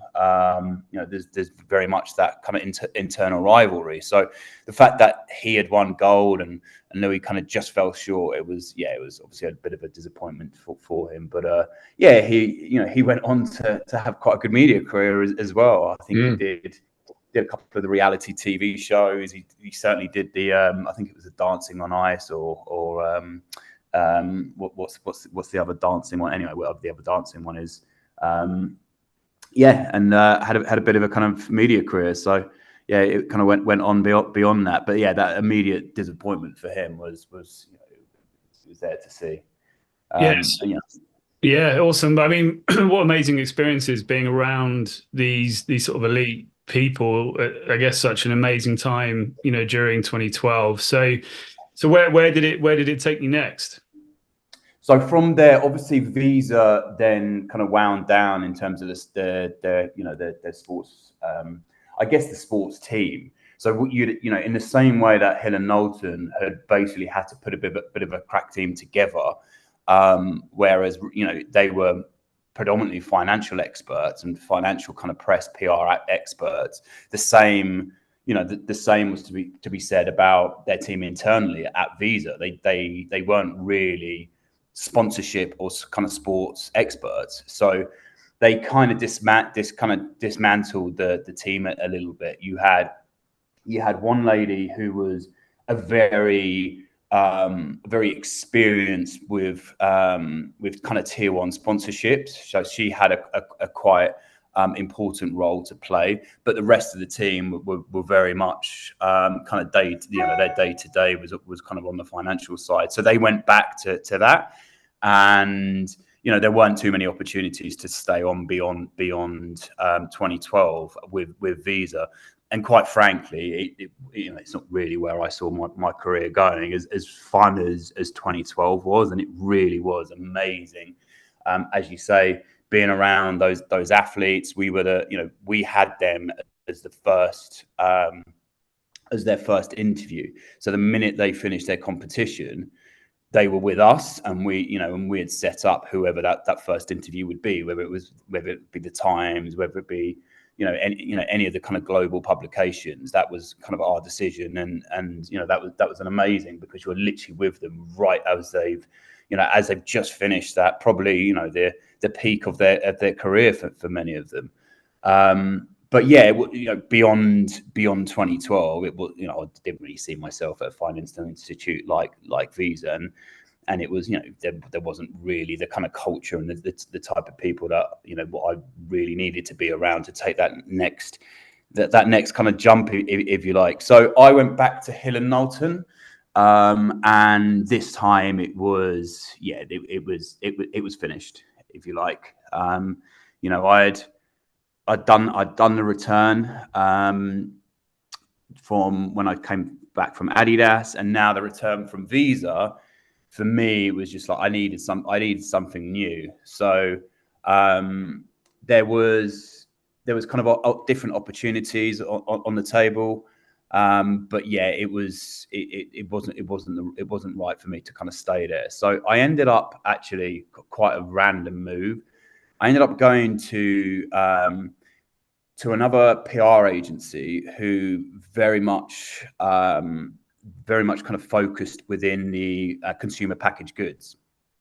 Now, the reason, and not really sport, and the reason for that was I just felt I wanted to, I guess, kind of broaden my horizons, if you like, and give myself new challenges. Sport was very much my, was where my heart was. What I had developed and evolved since I'd been at Hill and Knowlton, but seeing what I was kind of doing within Visa, which did require a slightly different skill set. It wasn't your traditional, we've got a new boot being released, and let's set up an interview and get a boilerplate and get some good imagery. This was very much about how can you integrate the key messaging around contactless payments, and thinking about your kind of financial future when your sports career is finished, or just generally for their kind of target market and target consumer around thinking about their own finances, etc. So it was a different kind of challenge, if you like, to try and integrate that type of messaging. And it just made me think that, hey, you know what, I've been doing sport now for probably kind of, it was about 4 years by this point, 4 or 5 years. Now, it wouldn't be a bad thing if I start to mature my own skill set and bring in some consumer kind of related clients. And that's where I went to another PR agency who their clients were the likes of Expedia and the state of Illinois, and clear blue, and all sorts of like, very much a kind of more female team. So when I joined them, Clifford French, so called, but when I joined them, it was like me. There was me and one other guy, and the rest was a pure fully female team. Interesting. Just something that popped into my head as well. Like, at this point, because obviously it does sound like almost it was a move out of necessity, e.g., like, you're right, I need a change from my previous gig. At any point, did you look back and regret not doing the Adidas thing that you'd been offered? All the time. Yeah, absolutely. Yeah, and I think that's what basically sparked the move. Is there was a lot of resentment, huge resentment. I'd been offered this amazing gig at Adidas, probably a dream role for myself, and was convinced by members of the team at Hill and Knowlton to come back, and we would continue where we left off, and it would continue with the dream team, and there's loads of exciting new projects that lay ahead, and I would be a key cog within those new projects, and and that wasn't reality at all, and I think one of the biggest learnings and biggest moments of my career at that point was I came up with the what would have been the 20, so it had been before, I think it was 2010 World Cup. I think it was for the 2010 World Cup, and I'd come up with this basically the entire marketing campaign, or the key creative for the campaign, was I basically personally come up with this. It was the concept was hearts and minds, and the challenge was how can we. It was a time when the England players were deemed to be mercenaries, and they didn't care about the England team. They weren't as passionate as they were about their club football. There was a lot of internal battles, which today, has revealed itself that was actually the case. There was a lot of cliques, and they weren't always harmonious in the same way that they are today in the current setup. So our challenge was to basically was to kind of push back on that and show that they did love everything. For them was about their country, despite what the media said and what all the fans came up with. And I sat on the train one day, and they had all these big marketing agencies out of Amsterdam and and what have you, Adidas were paying to come up with this idea, but no one had quite cracked it. And I sat on the train one day, and this idea came to me whereby I thought hearts and minds. Well, it's kind of there in the brief. Why don't we shoot the players offering their heart to the nation? So we'll shoot them topless with a heart, a pig heart, with blood running down their fingers, almost like they've ripped their own heart out to kind of offer it back to the nation. That's how much that this England team means to them, that they're willing to pull their heart out and offer it back to the nation. And we wanted to, we'd shoot them in this real kind of submissive kind of position, where head down, really just offering their heart up. Very provocative. It was going to, it would clearly get a lot of media attention, rightly and wrongly. But we knew that would be a good thing, and we did it. And it ended up being literally the key markets, the whole marketing campaign for the 2010 World Cup. And we shot Beckham, we shot Gerrard, we shot Lampard. With an Lampard with an asterisk there. He only agreed if we kind of chiseled his torso a little bit, because he Fat Frank. There we go. Yeah. So right, there you go. He had the reputation as Fat Frank, and he wasn't quite ready to show the world his. I suppose if it had been today, he would have insisted that Mason Mount came with him. But yeah, there we go. Or they kind of did a bit of a job on his receding hairline. Yeah, but So that was Yeah, that campaign was your idea, your brainchild, was it? so that was my brainchild, Wow. exactly. How cool was that?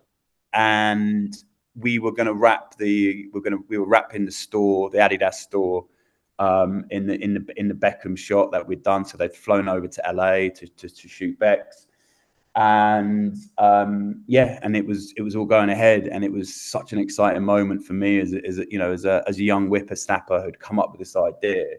Anyway, at 2 a.m., they like literally the moment the night that they were wrapping the Adidas store, it got to Herbert Heiner, who was basically in charge of Adidas at the time, and he pulled it. Just for whatever reason, it hadn't got made its way up to him, and he found out at the last minute and basically said, "This is far too provocative for Adidas as a family brand. This is not in line with our values, etc." And they pulled the whole campaign. So huge disappointment there. And side note, they ended up running the same campaign 4 years later across every single nation. So they did the Spanish, they did the Dutch, they did the Germans and the English team. They ran it 4 years later when Adidas had decided that, hey, these family values are not actually winning us market share. Nike are pulling away, and we need to be more provocative. We need to be more edgy. By this time, I'd left. It didn't really matter to me. But yeah, I think that was the start of like a bit of a disappointment. Even though I was, it was almost before my time at Adidas. I think that started where a little bit of a disappointment and didn't really quite get and it was more around the recognition. I'd come up with this idea, and and then I'm being told to come back to Hill and Knowlton. And people left and what have you, and I just felt the recognition wasn't there. I'd done some pretty great things for Hill and Knowlton and earned them a lot of money, and they weren't really they weren't really kind of returning returning the I guess the value, if you like. So the resentments kind of started to grow a little bit, and I needed a change, and I needed to get out of there. So yeah, that was a big part of why I kind of left. So no, it makes sense, and yeah, I suppose, I mean, again, if you don't mind me asking, I guess do you also, because you mentioned previously the sort of imposter syndrome around that decision as well was part of it. I mean, do you look back and think, what was I thinking? Like, I should have backed myself and done it, or or do you think it still was the right decision on that front? I don't tend to have like huge regrets. Whatever happens. And if I felt at that time that I did, if I did have that imposter syndrome, if I didn't think that I had quite polished and quite matured my skill set, then maybe that was the right decision. And I do look back on it and think it was a big gig for someone who had essentially been in the industry for about 3 years by that point. So I had a lot to learn, a lot of more key connections to make, more challenges, more kind of brand experience that I wanted to hone. Which ultimately would always lead to starting my own agency. I always had that goal of wanting to start my own thing.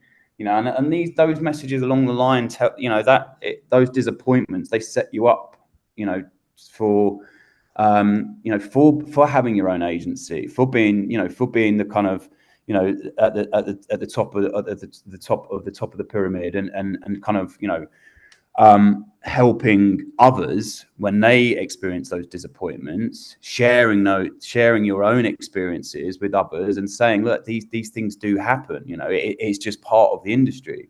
We had one recently. Sorry, go ahead. Oh, sorry to interrupt, Luke. I was just going to say, but you talk about disappointments. But actually, that campaign that you dreamt up, even though it was pulled at the last minute, it still went on to be a global campaign. So I mean, you must take a lot of kind of kudos and heart, pardon the pun, from that, because your brain wave had actually pushed it live 4 years later. So absolutely, yeah. I mean, that's it. Like, even, and they're those little kind of learnings are so critical. You know, we had one recently. You know, just to fast forward to the agency of today, we had this brief for a huge alcohol brand in the UK. You know, big kind of staple of British society. It's a brand that everyone knows.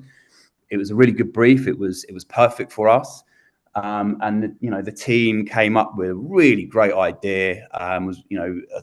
Would have done really well in terms of kind of hitting what this brand were looking to achieve in terms of getting, you know, opening up a new customers, reaching new audiences, maybe slightly younger audiences. It did everything that it needed to. And we went as far as we shot it. We got the content, we edited the content. We were really happy with everything, and it got pulled right at the last minute, just because the brand just had second thoughts around the entire campaign. And obviously my team were devastated, because like they put so much work in and effort, and they believed in it so much, you know. But being able to call on those experiences when I've had those disappointments myself, you know, I was able to tell those stories, and you know, and pull those, you know, those out of my own, you know, career archive, and share those. You know, look, I've had those disappointments. It's a blow, don't get me wrong, but we move on, and we still did a fantastic job. We still showed that we're capable of delivering, you know, an end-to-end campaign. We shot it. We came up with the creative. We shot it. We did everything other than it went live. So, you know, when the next campaign comes along, then we're in a better place, and we're better prepared. And we know that, you know, we will now, you know, next time round, we will make sure that the client is, you know, entirely sure exactly what they want to get out of it. We will make sure that legal are a part of the process a lot earlier, so that they don't get an opportunity to come in at the last minute and start to kind of meddle and start to, you know, put kind of doubts in the campaign leads' minds. So these are all the things that it's really useful to be able to call upon, because it does help you, and it does allow you to almost counsel your own team when you've got those experiences yourself. Yeah, absolutely. I think there's so much, obviously, that you can learn out of bad experiences, failures, you know, whatever. And again, I do think that they're a culmination of things that one day you'll look back on and be like, that happened for a reason. And I think it's a really good point. And, you know, and partly the reason I ask on the Adidas thing is because I bet there's a lot of people who are listening thinking, oh, I would have just gone for it. But actually, when you have the big picture in mind, you know, like you said, it's not something necessarily that you need to regret, because you take a different path and then you learn from that. And then, you know, you then reach that point where you think, actually, okay, whether that was the right decision or not, I am where I am now. And so with that point, so moving on, so you joined the new agency. You said it was a bit random, heavily female orientated. Yep. So how did that go, and where did that lead to? So new challenge. So, and that was again, that's the point. It's like, if I doubted myself and had that imposter syndrome, I wanted to make sure that, okay, then, you know, if you didn't feel comfortable taking such a big role at this point, then go and really challenge yourself, and you know, hone your skills, and really get them to a point where you are, you know, you've done kind of multi categories. You've not just stuck in sport. You've done multiple different disciplines, multiple different areas of PR, of marketing, so that, you know, when that gig comes along next time, you're in a much stronger position to be able to say, well, hey, you know, I've kind of done everything now, or I've done a good kind of chunk of the industry. I know, you know, I've learned within consumer packaged goods. I've done sports. I've done, you know, kind of financial institutions and kind of finance. So I'm now a lot more polished, if you like, as an individual. So I won't have those kind of doubts creeping in, which we all do. So went to this new agency and it went really, really well. Yeah, it was. I kind of immediately hit it off with a lot of the team members. It was really helpful actually. And again, these experiences, because we've got a similar situation myself with the team where we were now in a position where we're very, very female kind of orientated in terms of the dynamic of my own team. And we've said that we need to probably bring in a few more kind of male individuals to be able to take on more sports briefs, maybe take on some of the kind of dance campaigns that we work across. And at the time, and what we all decided that it would be good to have a pair, if you like, because that new team member isn't almost kind of overwhelmed by how much of a kind of female orientated agency we are. They've almost got kind of two people. It seems to be a slightly better dynamic, and that's how I felt. I had this. There was one guy who, it was really nice to have one other guy that we could talk cricket or talk sport or whatever. But then and then we were able to to bring our own a more kind of male perspective onto some of these other briefs and other campaigns, and it worked really, really well, and I loved my time there. So I worked across Expedia and the state of Illinois. There was really different types of briefs, and it was a challenge, but it was one I really enjoyed.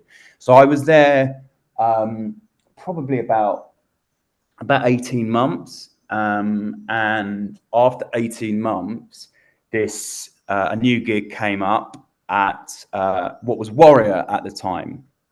So it was not too dissimilar actually from Visa. So the agency who was looking after the Warrior account. So Warrior were essentially a lacrosse brand, who were part of the New Balance group. So they were one of the subsidiaries of New Balance, and Warrior were basically, like I said, the lacrosse arm. Now they had decided they were doing very well. It's obviously quite a big sport in America, so they were doing very well within the States. And they came across to the UK, and I don't know if you remember, but they took on the sponsorship of Liverpool.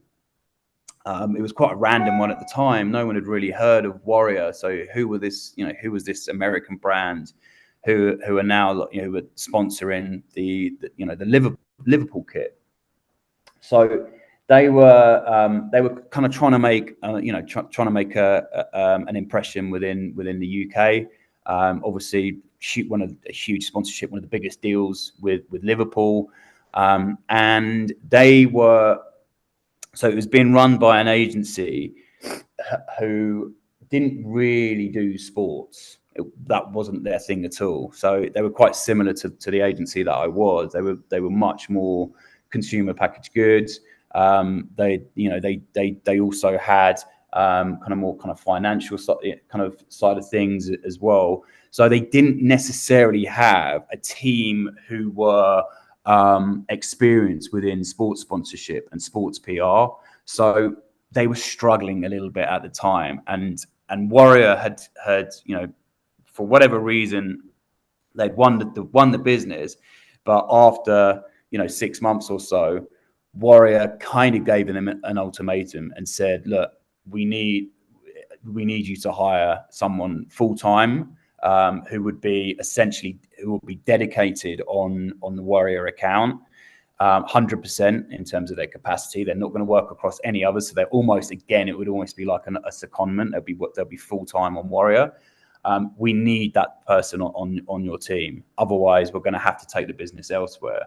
So they were looking for that person. And when I got contacted about the role, I thought it was a good challenge. excited me. I'd been with an Adidas who sat at the top of the tree alongside Nike, slightly below in terms of market share, but they were a top dog.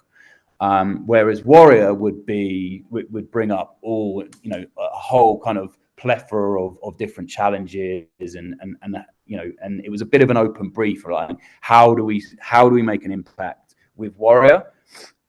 And start to change people's mindsets about the brand, about us just being this like American lacrosse company, and start to to basically leverage the Liverpool kind of partnership into helping us sell product within the UK, so boots and all different kind of football products essentially. So I went for that role and got it, and that was the kind of next chapter, if you like. I was working for an agency and was where I'd be full time on Warrior. Amazing. It's just such a terrible shame. It's for such a filthy football club, but no, only kidding. But so I guess the difference here is that rather than working across multiple brands and briefs and campaigns, you obviously effectively you're embedded with a brand, and so I guess it's a slightly different way of operating. Absolutely. Yeah, exactly. So when I originally took the gig, it was there was a lot of travel actually, which really excited me. So the way Race Point was kind of set up was they had offices in Hong Kong and offices in the UK, so a big part of them winning the business, by the way, was that their headquarters, so Race Point's headquarters were in Boston, which is obviously where the headquarters of New Balance are. So I'm guessing Fenway Sports Group as well, I guess. Was it? Sorry. Say that again. Sorry. Fenway Sports. Exactly. Yeah. Exactly. Yeah. So there's all the connections there. That's right. that's very much like all the kind of interconnections, if you like. Mm. So they had obviously, it was a kind of local agency to New Balance headquarters. So they'd obviously had, there's probably some good kind of connections across the two businesses. So that's kind of partly probably why they won it in the first place. But like I said, they were more, well, I said kind of financial, but probably more Race Point themselves were probably more a tech focused agency. And like I said, rather than a kind of sports. So they were set out of Hong Kong and then also the UK. So I would be based in the UK, but would be traveling a lot to Hong Kong. That was the first thing, and I was like, okay, yeah, that sounds really exciting. I get to travel to Hong Kong a lot, which is something I'd never really done. I'd never really traveled. I mentioned I went to Jamaica with Visa, which was kind of the first time, and I'd been to Barcelona a few times to do some of the Adidas shoots, but hadn't really regularly traveled, and it was definitely something that interested me. So yeah, I got that job, and quickly went out to Hong Kong, and we were kind of coming up with basically like the yearly plan around what the year looked like, and the different milestones in terms of the releases, like obviously you've got the Liverpool shirt release, but then you've got the new boots that Warrior were trying to market and trying to make, trying to basically I guess kind of penetrate the football market, which is no easy feat to do when you've got the Nikes and I'm sure you guys are fully aware that kids don't really want a new brand. They don't want to be the odd one out on the pitch. They want a Nike, an Adidas, to a lesser degree a Puma, maybe an Umbro thrown in here and there, but a Warrior. And, that was a pretty challenging brief, if you like, to try and kind of get that, like I said, to try and penetrate that market and get kids to want to buy a Warrior football boot. But it was something I wanted to take on, and I'd seen what New Balance, the success of New Balance, and and they were I think they were one of the fastest growing companies in terms of what they were doing within the shoe market. So obviously a quite historical brand, go way back in terms of their running offering, but who had very much moved into the lifestyle category, and all your hipsters across London were wearing New Balance at this point. So I wanted to be a part of this brand who were having such an impact across categories in sport, yes, but very much in the lifestyle sector as well. And I felt that it was a growing company, and although Warrior wasn't necessarily directly part of that, it was a New Balance owned entity.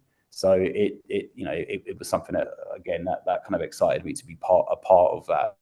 So I kind of went out to Hong Kong, and we put all the plans in place, came back to the UK, and basically I think within a month, New Balance or Warrior decided that the difference in time zones wasn't it wasn't conducive to being able to put plans in and to react and what have you, especially from a press office kind of standpoint.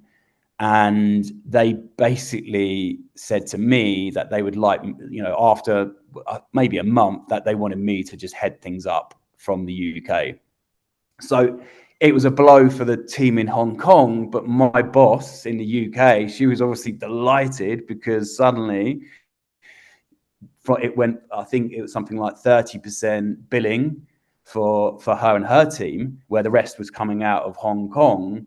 Suddenly it went to 100%. So she was delighted that she now had 100% billing from the UK, because we all we know that there's internal rivalries, and you've got your own objectives, even though it's part of the same group, Race Point. There's very much those inter-office kind of rivalries, or not necessarily just rivalries. You've got your own objectives and revenue targets, and suddenly I increased hers by 70% on the Warrior business. So that was a good start for me, because my boss kind of loved me straight away and gave me a little bit of a free rein to kind of do what I wanted with that account.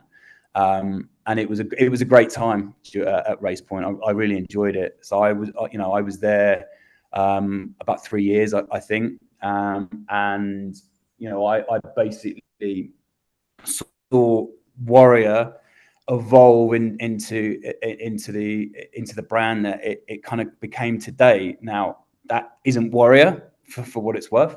That quickly changed to New Balance after about a year, and me pestering them and really advising them strongly that they would be much better off to launch as New Balance. It just seemed the right move. There was already equity within the sports market. People knew New Balance. People respected. It was a credible brand within the running and lifestyle space. People knew the credentials of the running brand, and it was one of the best trainers or best running shoes that you could get in terms of the technology within the shoe. So it's a very discerning audience, is the football audience, as we probably all know, when it comes to buying football boots. And I think Warrior was just a step too far, whereas New Balance, like I said, it already had a lot of kudos, a lot of credentials within the sports space. And I think that was a much easier sell to use that platform and leverage that when you're going into the football market. So they still sponsor Liverpool today, don't they? This shirt sponsor. no. Yeah. I think that it lasted a long time. It was a Right. long sponsorship. It was about eight years, or maybe even more. But I think Nike took over Okay. maybe a couple of years ago. But they've got a big roster now of different clubs that they do sponsor. Yeah, I've looked at the Liverpool shirt for a while, but I know they were sponsoring it for a while. But I know they sponsored the London Marathon this year because all of the finisher T-shirts and all the official kit was New Balance. So it's pretty heavyweight in that space, like you say. Exactly, and you know they're still today. I think they're one of the fastest growing brands. They're really doing amazing stuff in the kind of in the general sports industry, and particularly within the running space and lifestyle. They continue to be a bit of a powerhouse within in lifestyle. You know, and that success obviously they were able to fund, and they were able to kind of make learnings and the odd mistake here and there within the football category. And that was really reassuring when at the time where, you know, you're sitting in planning meetings with at New Balance headquarters, and you know they're basically the message coming from the top down was, you know, we don't have particularly like hard KPIs to hit. Let's take our time. You know, it's gonna take a while for us to kind of permutate throughout the kind of football world. We realize and understand that these things don't happen overnight. So therefore, we've got a bit of time on our hands. So that was really exciting. Basically, being the kind of I guess the figurehead and really, you know, leading the you know, basically spearheading the transition from Warrior into New Balance. And that was another big moment within my career. Is, you know, that lay entirely on my hands around the launch and how we launched that to the media, how we became, you know, making sure that everyone knew globally, that, you know, Warrior would now be known as would become New Balance Football. And we brought with it all of the pre-existing athletes. So you had Warrior sponsored the likes of Vincent Kompany and Marion Fellaini, and I think Nikolai Yelovich, I think his name was. And there was a selection of like almost, I guess, good Premier League football players, but not necessarily any like, you know, like kind of standout icons, if you like, at the time. But when they moved it to become New Balance, they immediately added a few more to the roster. So I think you had like Samir Nasri, I think David Silva came across. So there was a few more names that were, you know, we could very much kind of leverage in terms of kind of media appeal. And yeah, so I had to coordinate the entire launch, the entire global launch for New Balance. It was kind of 2 months of probably the most stressful time of my career, because there was so much pressure on it. We did, so it was a global launch that we did in central London. We did it in this cool there was a record store in just off Soho. And you walk through the record store and down, it was in like this big basement, and we did it all there. So it's like, you know, you had the media arrive into this record store who were kind of, you know, scratching their heads, quizzing where you know, whether they're in the right place. And then when you kind of went down through the back of the store, it opened up into this big kind of industrial kind of warehouse space where we'd put on the entire launch.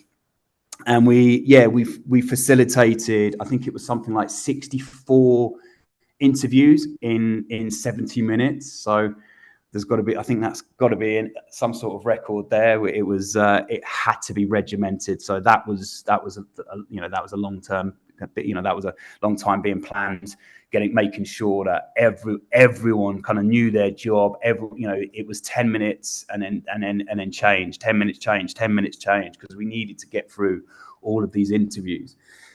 And a big thing that I, not necessarily experimented, but was really pushed for during this launch was, we'd done all the stuff with Warrior.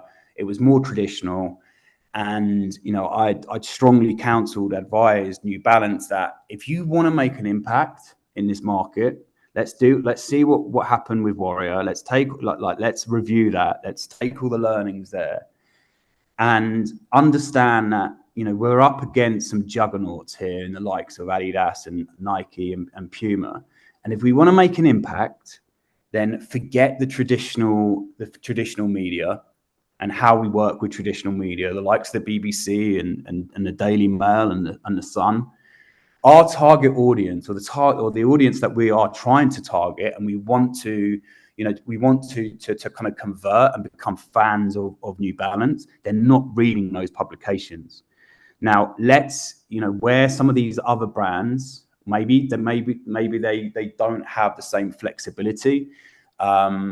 Let's take advantage of that, and let's exclusively work with the publications that our target audience are reading and consuming. So that's the likes of Copper 90. So let's go more with influencers. Let's go with the YouTube channels. Let's go with the Lad Bibles. Like I said, the Copper 90s, the Sidemen, who obviously huge, they were big at the time. They're nowhere near to the kind of Hollywood superstars that they are today. But the Sidemen were kind of bubbling and coming through, and you could see the influence that these YouTubers were having, and the audiences that they were attracting. Their videos were hitting millions of views. Started to look at some of these Instagram pages as well, and the numbers that they were delivering. And that was the advice. And thankfully, New Balance decided that they thought it was a good strategy. And we had a list, I think it was 20 media outlets that we would only work with. No one else would get a look in until we wanted to change things up. But it was not traditional media. Very, very much this new era of influencers, if you like, or YouTube channels or Instagram pages, that we knew that the audience, the demographics was a lot younger, and we knew that that's where our target audience, that's what they were consuming. Much more visual, much more video based, and that was how we were going to have an impact. And I guess, sorry to interrupt. I guess this, obviously, without going too far ahead, I suppose this must have been quite a significant shift in sort of your world and your career, sort of, adopting, obviously these platforms would have been around for a little while by this point, but it's kind of implementing that step change and shift to, for these brands to start then leveraging these new mediums and platforms. Absolutely, yeah, and that's very much, that was the start of my own journey for sure. That was kind of laying the foundations. I'd already, but obviously I was with different brands, and the Adidases, who these types of media outlets were on their radar, but they weren't necessarily engaging with them in the same way that I wanted New Balance to. Get these guys to, we got Copper 90, for instance, like fast forward a little bit, but after the launch and the success and making these guys feel loved, like they feel important, and you're not a second thought anymore. You're not going to get 5 minutes at the end of an Adidas shoot where you get a quick interview and it's very much rushed, and BBC or Daily Mail or whatever are very much the kind of the key partners, and they're getting all the time. You guys are going to be the ones who are getting the time. You guys we're going to get you to actually do our launch. So we got I think one of the first activations we did was with FC Porto, who were, that was one of alongside Liverpool and I think Celtic. They were one of the first sponsorships that New Balance kind of came out with. So obviously Warrior rolled over into New Balance for Liverpool, but they brought in Celtic and FC and Porto as they transitioned. And to do the shirt, the shirt launch that we did in Porto, which is an amazing city, and and they actually make a real big thing of these kind of shirt launches anyway. It's a bit of a party in the center of Porto, and they get a lot of the players involved, which you don't necessarily get as much with some of the UK teams. And we got Copper90 to basically do all of it. They did the entire launch. They filmed it, or they did interviews with a couple of their presenters who have gone on to do amazing things within the space. Poet and Vood. They became huge, and later on very much were key partners for the likes of Adidas and Puma and Nike, but we were ahead of that, so we very much benefited from their own evolution and then their own growth, and New Balance were kind of front and center of that. So they were doing shirt launches for us for free. They filmed it all because they were delighted with the access that they were giving. Now it would cost you an absolute fortune to do that. That's where they're making their money, because they've got such a big platform and such a big influence. They charge brands a lot of money to do that, because it's essentially sponsored content. Whereas at this point, they weren't quite at that level of their own evolution. So they were doing that. They were delighted to do that, and then and obviously New Balance were benefiting in a big way. And as you say, that was very much the start of my own journey in terms of like working with these kind of key partners, these key influencers or influential channels on new media. And it's been something that always interested me, that I think I questioned a lot of the time the impact that the PR that we were doing was actually having. When I was seeing these boilerplates, or a nice photo of the new boots, or in their kit, or whatever it may be, or Mark Cavendish on his bike, and there's Visa written in the background, or Head and Shoulders, I think that brand was in the background of the photo. I kind of questioned what was the pull through in terms of what is the conversion? Is it really delivering that much? It's quite an intangible ROI, isn't it? PR. It's quite hard. I know. Obviously, in these days, it's easier to sort of add metrics and KPIs and all of that kind of stuff. But I know what you mean. It's a hard thing sometimes, I think, to quantify PR. Yeah. I've kind of come from my mindset is always I like more tangibles rather than intangibles. Yeah. So it's so I was kind of questioning when we're putting these. I mentioned about the reports, and we're doing like reach figures like 10 million, and you're like, yeah, but it might have reached 10 million people, but how many actually acted upon just reading an interview with Steven Gerrard that has at the bottom of it like this interview was brought to you by Adidas or what have you, and here's the new boot. And it made me question it a little bit. And I always wanted to I wanted to be kind of instrumental and like I said, kind of spearhead like actual tangible results and see how and if there was other ways of actually getting better metrics for these brands. And that's where I kind of experimented with this New Balance, and you started to see and because there was no existing I guess there was no existing data in terms of like what they were delivering in terms of numbers. It was a little bit of a blank canvas, so you could start to see that the impact that this new media, this new kind of strategy, this new media strategy was actually having. And and we did see it when we did the likes of Copper90 and they did a full interview, a full takeover of a brand launch. You could see the impact in sales, and that was great for me to see, because it's like, right, there we go, this is having an impact. You can see that, because before here's this kind of sales curve, and it's relatively flat.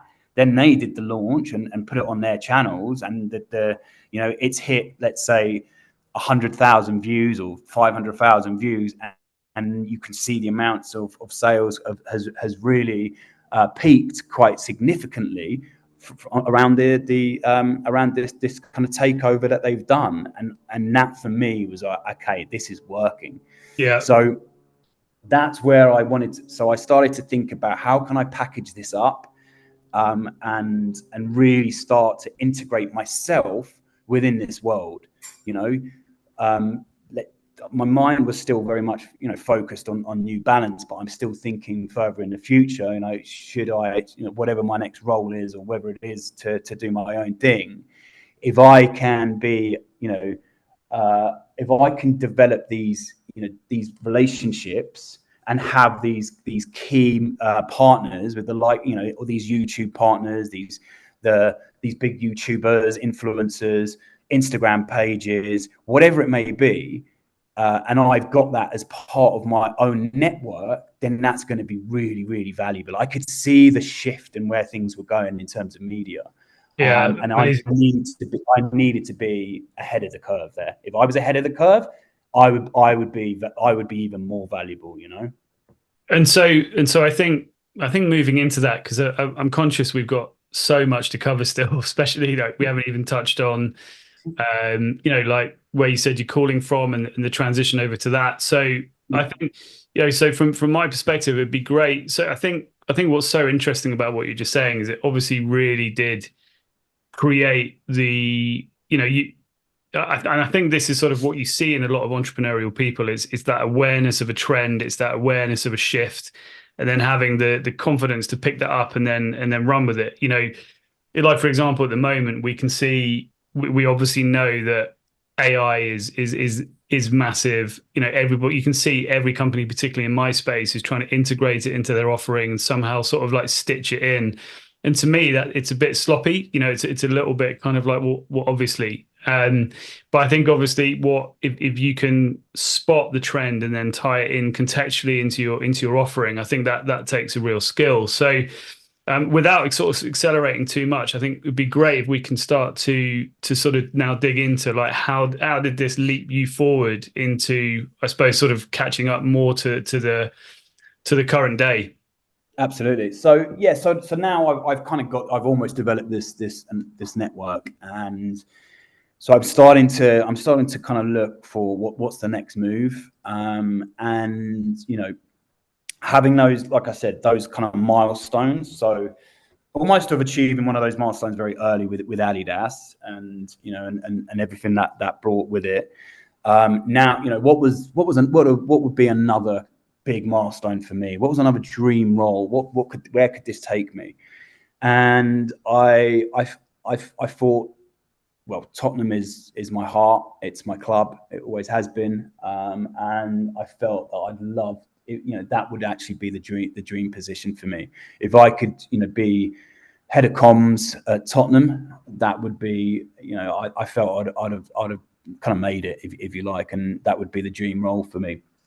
So when a position with an agency who looked after Under Armour came up, Under Armour were the shirt sponsor of Tottenham at the time, I felt that was my way in.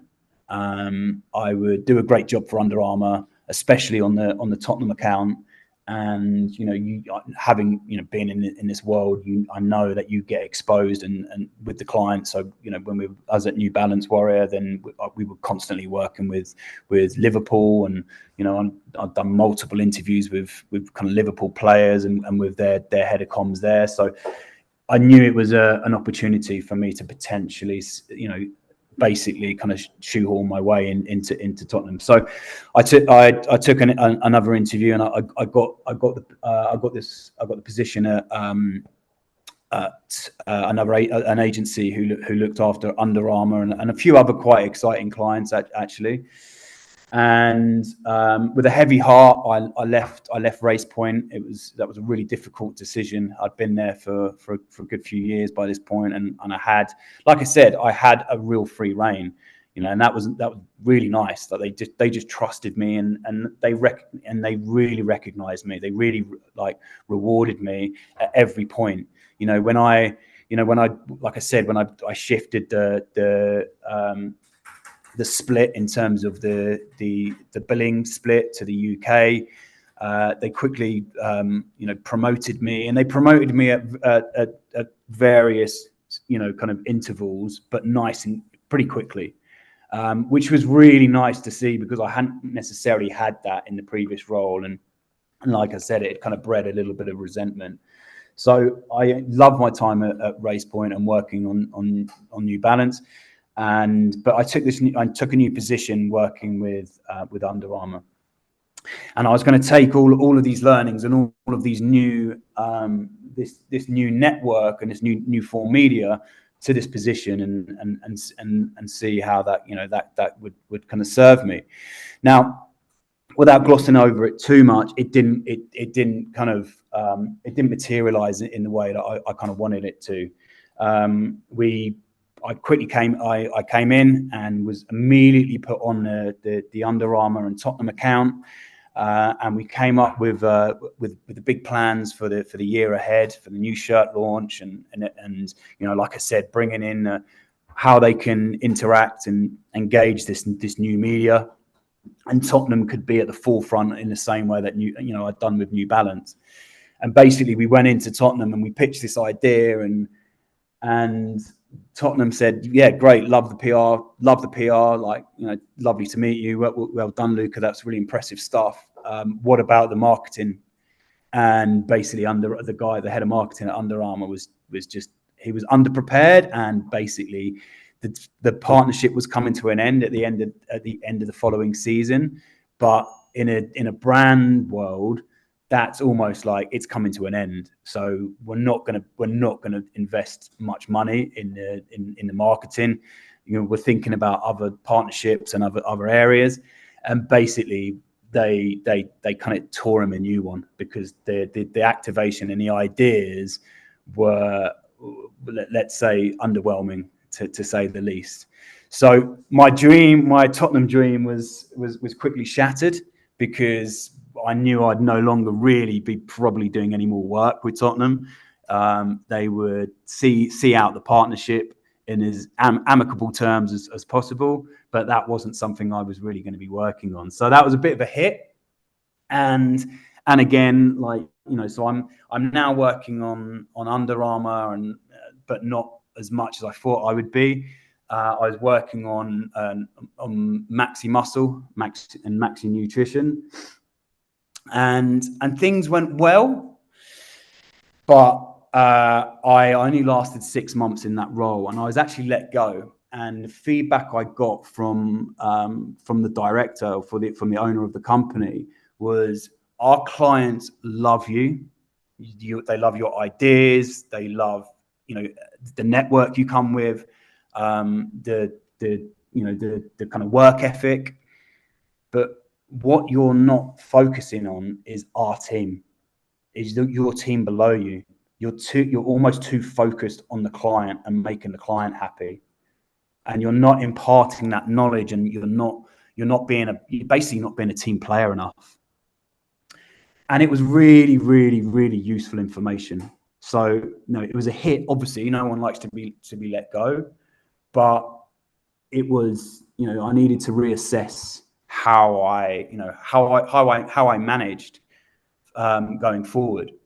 You know, and remember, like, I've been fast tracked into all of these different positions. So, like, you know, that whole thing around the global head of football and not taking that on, the imposter syndrome, it kind of came back around, and almost like, you know, almost it almost kind of like, I guess, made that decision the right decision back then. I hadn't developed my skills enough. You know, I was very much kind of focused on me and how I could please the client, and not so much, you know, being part of a team and a team leader. So that was something that I clearly needed to address. And you can see it from the career path so far. It's like every client has almost wanted me to go in-house. So you can see that I put a lot of focus on the client, and that's probably why they love me so much, but not necessarily as part of it, having a team. And also, I'd never really had a team. I was always like a very junior, or I'd always been the entirety of the team. So it was good feedback, and it was feedback I needed to learn from. And I quickly got another position with another smaller agency who basically wanted me to head up a new division of the agency as like almost kind of influencer management. So that's, I'd obviously kind of pitched the ideas at New Balance and what I'd done there, and how I'd seen the rise of this new media and the importance of being, as having that as a part of any kind of marketing and any PR, and the lady she very much bought into that and wanted me to basically start a new new talent division within her agency.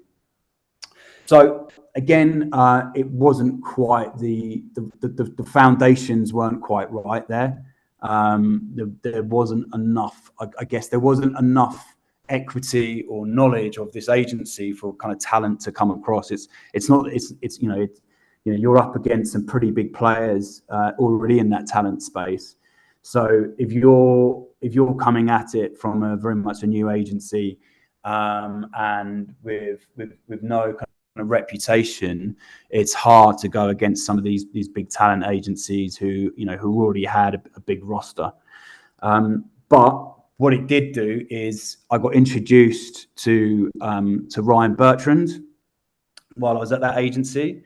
And Ryan was he was at Southampton at the time. He was the youngest ever, I think the youngest or the first ever debutant in the Champions League final. He'd won the Champions League with Chelsea. He got a good move to Southampton, and he was in the England setup at this point. And I spoke to Ryan, and we got chatting over a coffee one afternoon, and told him my plans around what I was doing at this current agency, but the bigger vision around like what talent management companies should be, and in particular sports talent management, and how like there should be a progressive kind of infrastructure for talent management. And in particular within football and sport, sport, but more specifically football. One agent who goes in and renegotiates your contract for me was not satisfactory at all. These guys are earning millions and millions of pounds a year, and they've got one guy who goes in and renegotiates the contract and takes 20%. And the vision I was told and shared with Ryan was that.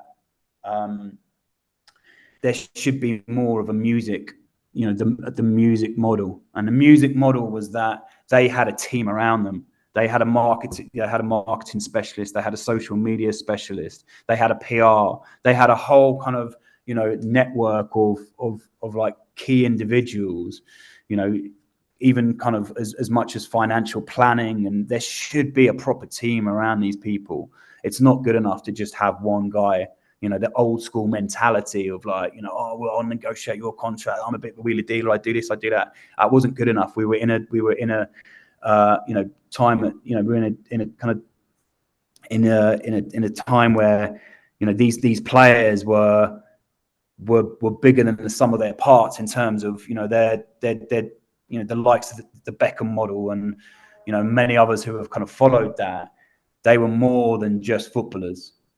Yet the system that they had around them wasn't reflecting that at all. So Ryan loved this concept, and he wanted to basically bring this to life. So together, we decided that we would start a sports agency. Ryan would help fund it, and also we'd bring in some additional funding as well. And we would start to pitch it to his own network and other players, and basically, shake things up within the football market. start to sell to players that they're more than just a one-man band. They should have a full team around them who can help them secure commercial deals, who can help them with their own socials, their own profile growth, who can help them with financial planning. So many football players go bankrupt, and that's because they don't have the network and they don't have the people around them who are advising them that, no, you shouldn't be buying this Lamborghini and you shouldn't be spending all this money. And who are these people, these hangers on that you're spending so much money on every month? We need to dissect your monthly earnings and show like what it can be or should be with some good planning, and that's the dream, and that's the vision that we wanted to sell it to players, and that's basically where the sports agency was started. So it's really interesting. We had a former footballer on a few episodes back. He never made it to the Premier League, but he played for Coventry City and a few others. But what was alarming chatting to him was the distinct lack of support for the players. I mean, obviously, it's very glossy and glamorous at the top end of the Premier League, but it's very primitive in some respects. The support network and infrastructure out there for players, and like you say, a lot of them get swayed by spending big bucks on fast cars, and they finish their careers at a relatively young age, and don't have anything to show for it, some of them. And he's actually gone into the financial side of the game to try and advise and help those players within the game now for that very reason. So it's interesting that you said that as well. And then the other point I was thinking about as well is, and I think Erik ten Hag is a case in point. I think he has an agency. You hear of some of these kind of Premier League managers and players, they have agencies behind them, like you say, kind of eradicating that wheeler dealer notion from maybe 10, 15 years ago, where you have a single agent going in and doing all their negotiations for them. Absolutely, it's a real pitfall, and it's like you said, it's something that many players have suffered and have gone bankrupt, and that's they've got very little to show from an amazing career. And it's such a shame. So yeah, that was something we wanted to change, along with all the other side of things. I would obviously be coming at it from a more kind of marketing standpoint, and how we kind of grow their socials and make them more of an attractive proposition for brands to want to sponsor, because it's all very well being a great player, and being on TV regularly and being part of an international setup. But if your socials aren't on point, then it's not going to be you're not going to be that attractive outside of football. And that was a big part of what we wanted to do. So we launched the new agency. We ended up deciding that, because I'd obviously mentioned and referenced music was a good model to replicate, and we ended up actually partnering with a very well-established music agency called First Access Entertainment, who real big player within music and entertainment kind of sector. And we felt that was a really smart move, because the infrastructure was already existing. So they had people working on the commercial side for the artists that they were looking after, the likes of Rita Ora and and many others. I think they had a couple of One Direction on their books at the time, so they already had that in place. And it would, and we felt that it would be a smart move, because they could then help, if they're doing fashion brands or skincare or whatever it may be, that they could, make those introductions. And if we were help, basically growing and kind of improving the players' socials and at the same time, and getting them to the right events, then suddenly they would become, like I said, a more attractive proposition that the guys on the entertainment side could also kind of get their teeth into and really help out. So yeah, that's we started an agency together and started to kind of bring in some new talent, it was more I guess the younger talent. We had a couple of big names, Ryan obviously being one of those, and Callum Hudson-Odoi was another. He was a big prospect at Chelsea at the time. So we were looking, we were speaking to Dele Alli and the likes of him. But, I think, like I mentioned on the talent, it's still difficult to get people to leave their existing setup. Especially if you're at a Liverpool, a Chelsea, and what have you. It's a bit of a risk to kind of move over to a new player.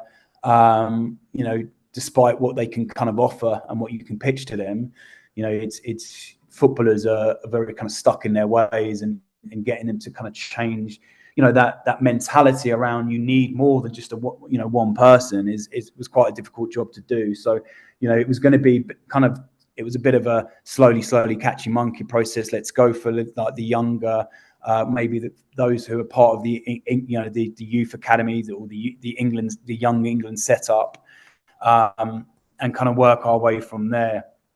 So during this time, I was basically looking at ways to, essentially grow the social presence of these players, without necessarily the players growing their own channels.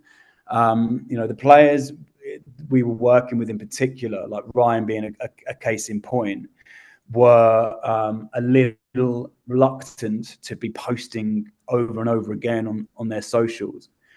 They felt it was uncool. They weren't part of the generation who it was kind of second nature to, and who are constantly on their Instagrams or now their TikTok and what have you. So I started to look into more ways, and I started to kind of I guess jump into my own network and see how I could use those that I'd built at New Balance and what have you, and how can I use those guys basically to leverage the profiles of these other, of the talent that I was working with, who aren't necessarily going to be posting on their own socials. So how could I use their reach to do that job, essentially? So I started to look into more. I had a bit of time on my hands because, like I said, there wasn't a huge roster at this point. So Ryan and the rest of the team kind of, gave me license to go and build out this network, see how we could develop that a little bit more, so that, when players came in, we could take their training, we could take their stuff behind the scenes and push it on these other platforms, and and therefore they would get almost third party growth by going on these other these other big channels. So I started to do that, and what it took me to is the meme space and the burgeoning the burgeoning growth of this meme space and the impact it was having. And I was looking at some of these meme pages, and they were hitting millions and millions of views, and it was very much an underground society, almost like it was this cool meme kind of culture, if you like, meme community that no one really knew about over the age of probably 22. But the more I looked into it, the bigger presence I saw and the bigger influence I saw it was having, and I was astounded by the views, the engagement that these pages were generating. So from there, I started to look into, right, how can we use these meme pages? They're a little bit risque, let's say, a little bit provocative. Some might even call them kind of bullying a little bit. It was quite, they were very much like, they called themselves dank memes, and it was, wasn't necessarily the right tone for brands to be working with. But I did see a huge opportunity because of the reach. So I felt if we could tone them down a little bit, be less kind of edgy, less edgy, less kind of spiky, and a little bit more mellow. Still be funny, still be like what we see today is like your more kind of classic memes. Then I felt there was a huge opportunity there, and one that I wanted to look to explore and exploit. And that essentially is where the beginnings of We Generate. the company that I have today. I had this talent who weren't necessarily using their own socials, and a friend of mine was working in music, and he had the same problem with his artists. They were number ones. They were having number one hits, number one albums, but their socials were pretty dormant.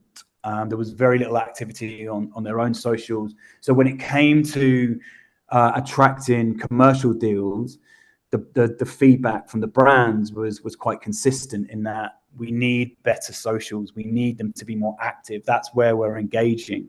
When we're, yes, we'll be doing posts on our own socials. Yes, we'll be doing a little bit of a marketing campaign, but more often than not, this is going to be very much a social activation. And if their channels aren't active and they don't have a huge following, then we can't offer the types of fees that you're expecting. Despite them having number one hits and playing at all across the biggest venues and the biggest events across the world. So that he was having a similar problem that I was with the footballers. So we started to explore like how could we use these meme pages, these meme channels to accelerate the growth of the talent that we were looking after. And we experimented with some training content, some basically exclusive footage from some of the players that I had, whether it was training staff, whether it was whether it's in the changing rooms, basically kind of behind the scenes stuff or interviews, and push that out onto some of the football meme pages. And then we did the same with music, but rather than it be behind the scenes or stuff from some of their shows, some kind of B-roll, some other clips that from the shows, we decided to sync the music onto some of these funny pieces of content. We wanted to connect. We wanted to use it in the same way that we would that you would see in like in a film trailer or in a movie. Like the music enhances the experience of the footage of the content.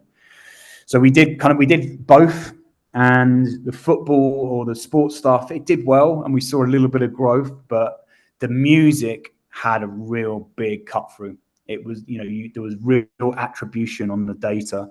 So we saw quite quickly the streaming numbers really spike.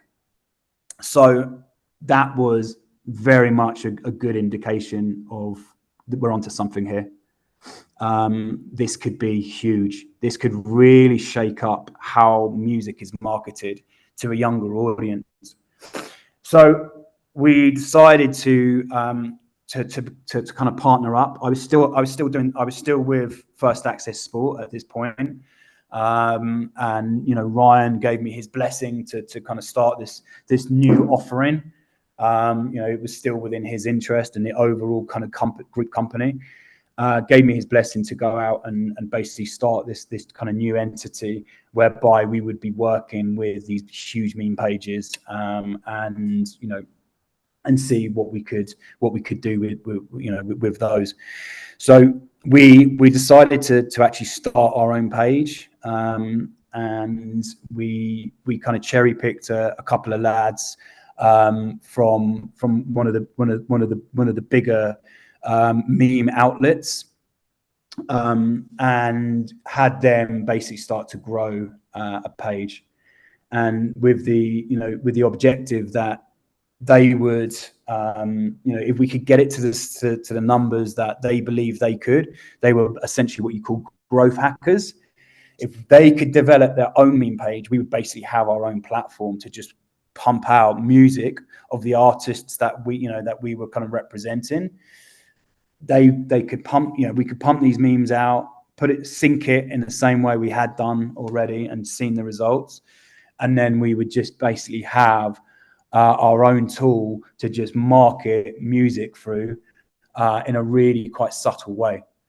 without it being too overly promotional. Music was an inherent part of meme culture. It always has been, and it always will be. So we started to develop our own pages, and we had this vision of a basically multi-network, multi-category brand, if you like, that would cross over into entertainment, into sport, music, news, kind of everything.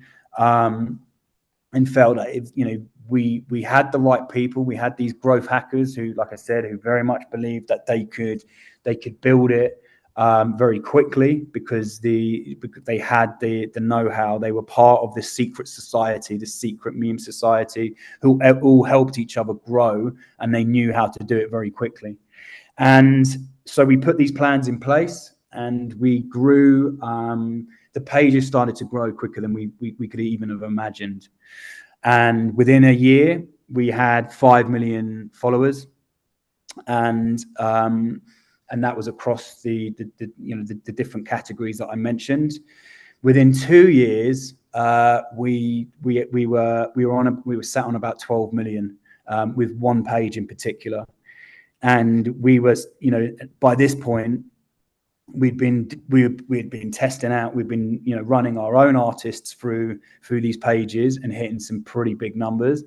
But obviously, the artists that we were working for, they were signed to labels, and the labels saw what we were doing and said, "Hey, we want some in on some of this action. So what you're doing for X artist, could you do it for the rest of our roster?" And we said, "Yeah, why not? Let's give it a go." Music has always been willing to take risks. So whereby some of the tone of the content isn't necessarily on brand for some of your more traditional your more traditional brands who are very much kind of quite risk averse, and what is said in the comments and the tone of voice and all that is probably a step too far for them, especially at this point. Music, it doesn't have the same problems. They're all about hitting metrics. They're all about, if we can get, obviously we don't want it to be, too out of line, or, we don't want to be accused of inciting hate or anything like that. But as long as the content kind of works, we're not really bothered about other content that features on these channels. As long as ours is in a good, it is framed well enough and it connects with the music, then we're happy to experiment. And they did, and again they saw some real spikes on the back end in their streaming data. So we started to quickly gain momentum and get a reputation that these guys are at the forefront of something pretty new and pretty special within music marketing. And just to be clear, so how did you get onto the music labels radar? So obviously you went from so my partner at the time, he was a manager, so he had a few DJs signed to him, and they were at these labels, so they were signed to these labels. So when we were doing stuff for them and then showing them the results, because they were obviously seeing this like spike on Spotify, and we're like, wait, what's going on here? And obviously, we were showing them, well, it's because we're doing this and this and that. We knew that if we showed them that, build it and they will come, if you like. And we built it, and we proved out the model. And then we kind of knew that the labels would quickly see that as right, we need to be doing this for the rest of our roster, and they did, and they recognized that. So we started to work. We started to then push artists who we weren't managing, or who my partner wasn't managing. We started to work with these others, and the labels were paying us to promote it on our pages. So that was our venture into meme marketing, and we were quickly growing these pages, and they were doing their thing. Now we basically went in. We decided that we needed some funding, and we approached Sony and said we knew Sony was quite a forward-thinking label, they had something in the UK called the kind of fourth floor creative, and which is basically where Sony had partnered with lots of different kind of creative agencies or new forward-thinking agencies like ourselves, and it brought them in house, and was able to be, they bought a stake in the company, allowed them to set up within this creative hub that they had, and they would be able to benefit, through pushing their artists through this, a part-owned company that they had, as well as benefiting from if the company went on to to really work with the rest of the industry and the rest of the market and make some really really good revenue. Then it was it was another kind of passive kind of income stream for Sony, and they were quite forward thinking like that. So we approached them and said, look, we'd like to offer you a percentage in this business, and they took us up on that, and they wanted to buy 10%. And they offered us a very, they put a very generous offer on the table, 10% now, with the ability to buy out, the rest of the business within 3 years. And we saw it as a really good opportunity. It was a very attractive proposition. And essentially, that is when things fell apart. And for legal reasons, I'm not going to go into and name exactly what our business was called and who the account is. You can kind of read between the lines, but it's now gone on to be the biggest meme page in the world. But the team who were a part of it basically kind of started to unravel a little bit, and there was a legal case, which we won.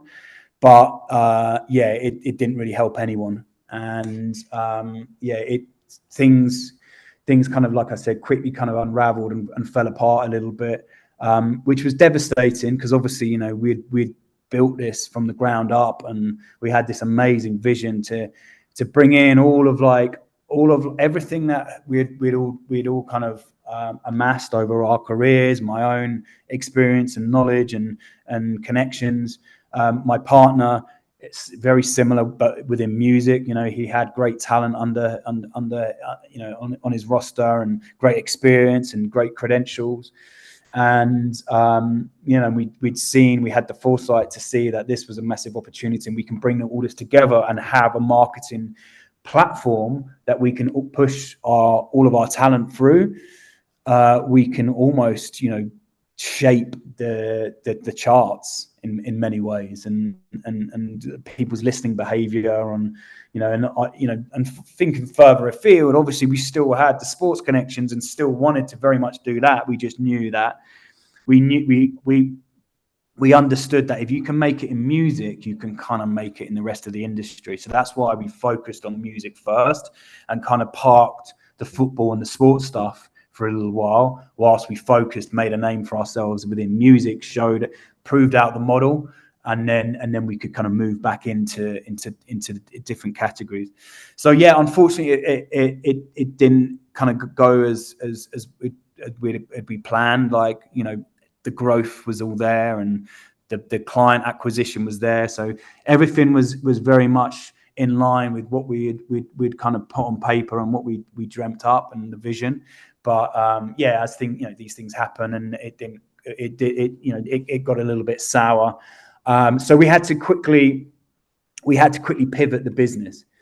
And what we had done already by this point was obviously we'd come across a few clients who said, well, this is great, we love this, but this is very much mainstream. This account in particular is, it's very much a mainstream audience. There isn't a niche. So we want to target a younger demographic. We want to target an older demographic. We want to target those who index highly against sports and cooking and dance music, or we want hip hop or UK rap or grime. Whereas this account that you guys are pushing our music on, there's a lot of wastage. We don't know whether it's very hard for us to to decipher exactly the type of music they like. There's a little bit of for everybody on there. So we kind of likened it to a Radio 1, where there's a bit of everything on there, kind of mainstream music. Whereas, a lot of these labels, they want to go on a Radio 1 Extra, or they want to go on a Kiss FM, or a more pirate radio station where it's if it's dance music. So we'd already come across those requests. And obviously we were part of this, like I said, this secret society. So we knew a lot of the other pages. We'd already been speaking to the other pages. So we'd kind of started to shape that side of the business anyway, where it was not just owned and operated. We weren't just pushing content through our own pages. We were doing it. We were working with a bigger network. And that pivot was kind of forced upon, but almost kind of, we'd almost seen what was happening. So we'd kind of started to do that anyway. And that was very much where we generate the agency came to life, whereby we now didn't just rely on a handful of pages. We would work with the whole sector, and by this point, the space had evolved.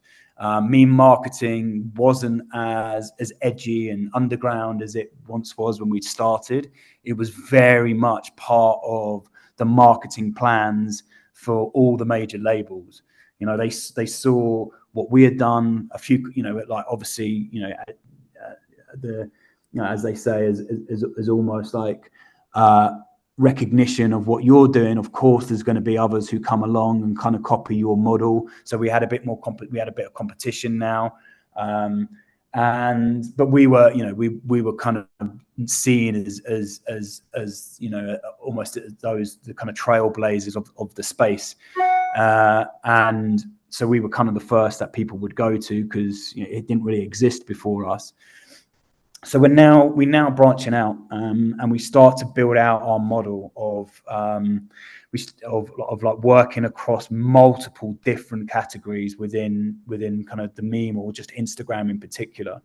So we started to hire content creators. We started to hire those who own their own pages, but not just in one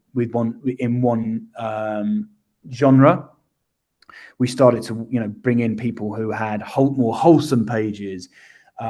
Some might have dance pages. Some might have who be running a UK rap or kind of a grime page, or focus kind of page with the audience. So we started to really bring in this kind of team of content, although page owners who had high engaged pages. We recognized those that were the leaders in terms of engagement within the space, and started to bring them into the company, who could do what they were doing on their own pages, but could do that for we wouldn't just leverage their own page, which we did, but they'd also be able to create similar content and distribute it out to others within that space.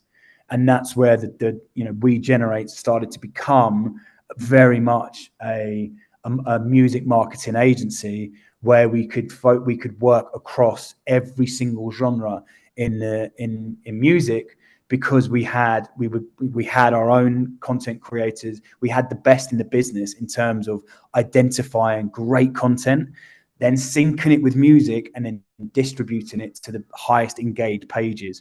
And we started to see a huge uplift in numbers, and we started to get much bigger budget campaigns, because suddenly it wasn't just one big mainstream page that the label were able to run on. We were doing a multifaceted campaign that would have maybe upwards of 20 pages across all different markets and territories. So some of them would want to be targeting, Eastern Europe. Some of them wanted to focus more on the US. And that's where we started to really expand the business and start to open, we were opening doors to new labels. We got introduced to to all of we worked with Warner and Warner UK said, hey, we want to bring in our partners in America because they want to be, they want to do what they want to experience or have some of what you guys are doing for us here in the UK.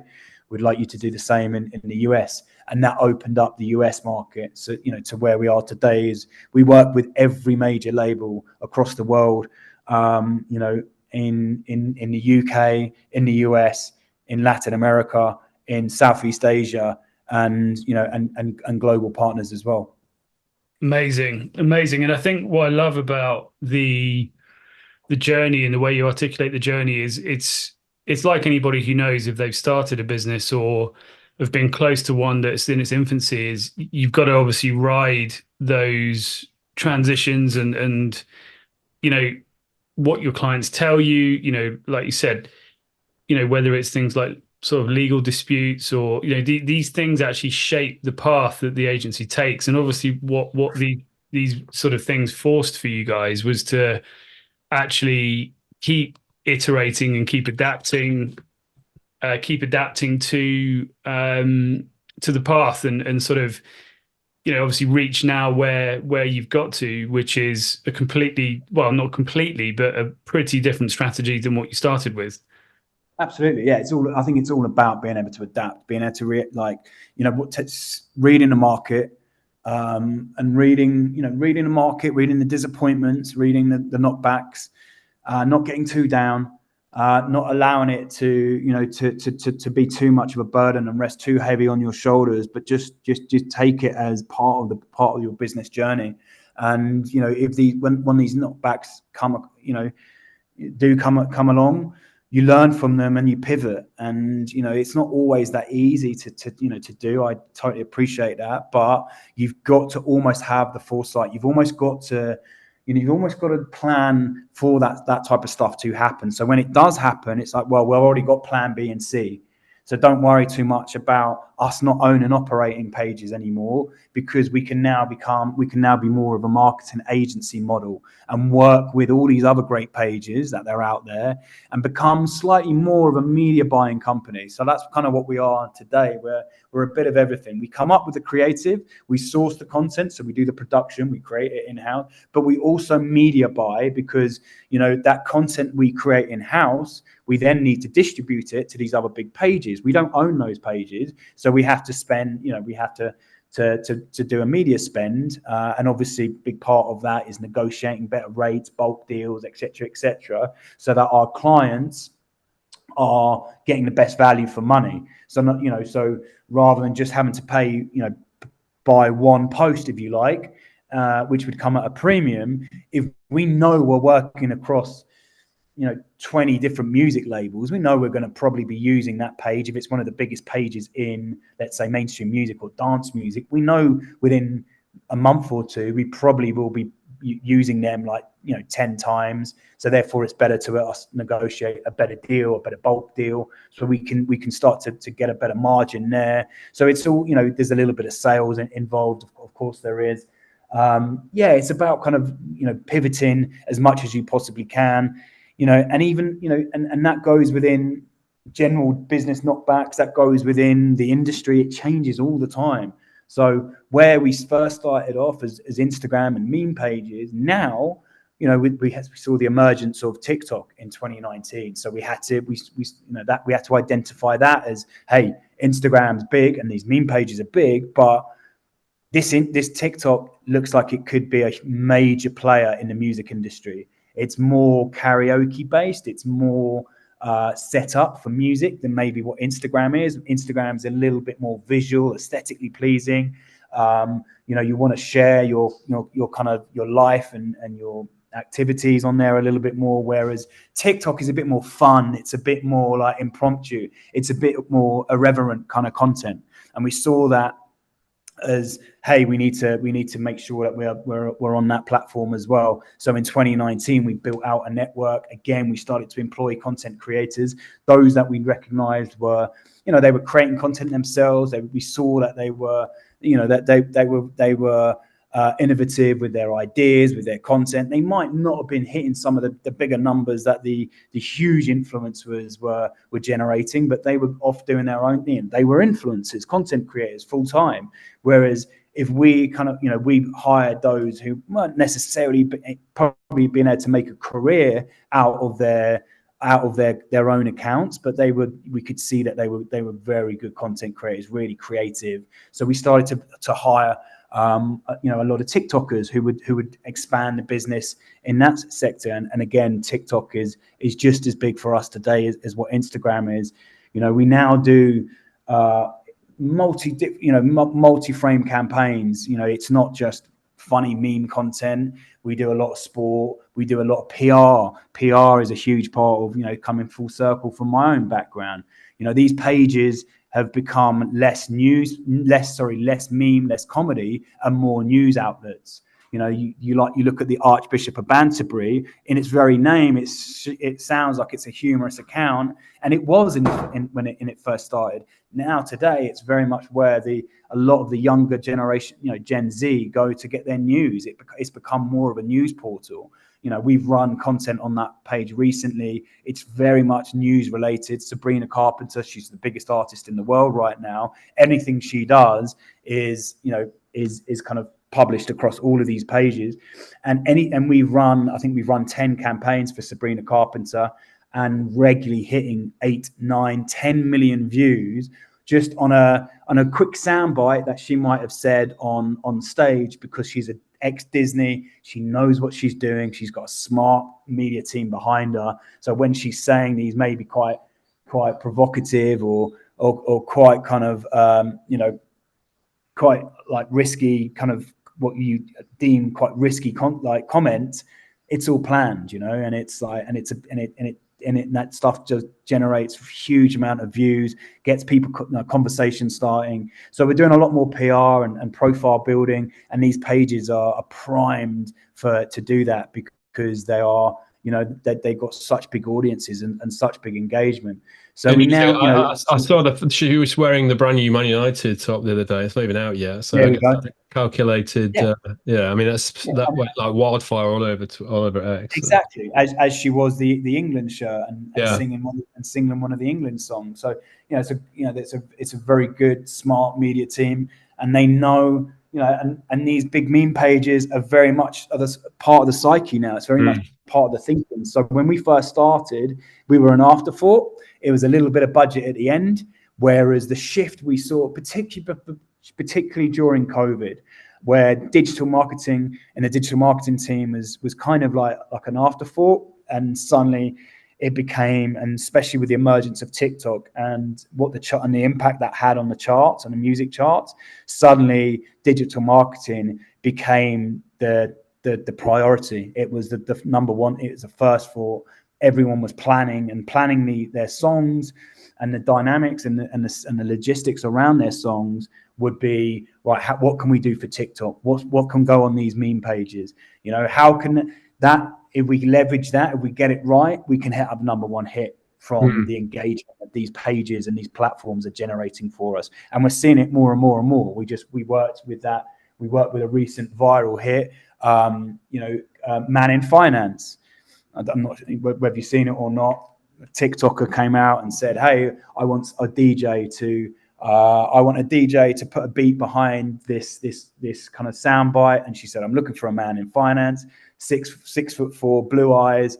And that soundbite got turned, was produced, turned into a song, became the biggest thing on TikTok, and is now everywhere. And it's now been remixed a few times. The label have done flash dances outside St Pancras and Waterloo, and those flash dances have been recorded, and then sent to us, and we've synced them across our pages. One of the posts on Archbishop got 16 million the other day. So it's all very much now a big part of the mainstream and part of like the digital.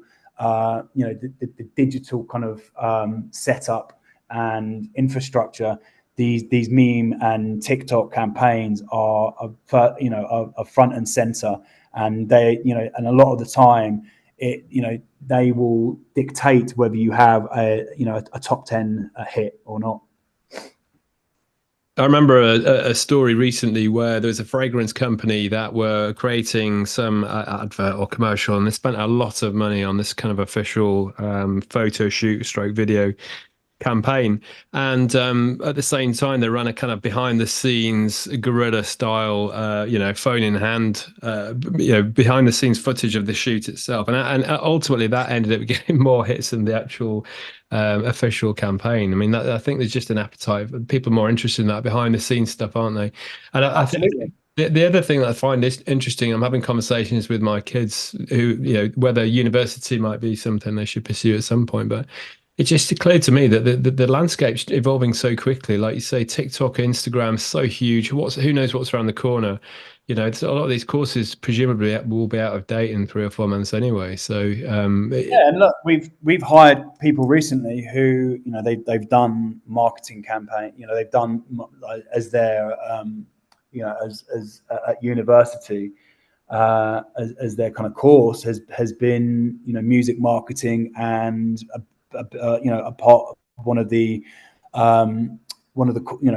sub courses, or I can't think what they're called now, but is TikTok and Instagram marketing. It's right. Now part of it is now part of the curriculum, which is amazing for people like us, because we're able to we now have kind of almost preferred partners and preferred unis that we know that we can work with and have done, because they're doing music marketing and are already well versed in this form of marketing when they come out of university, and a lot of our current our current talent within We Generate have done these courses, and they've come out and they're already got some pretty good base knowledge before they even start, which is a huge shift from when we first started.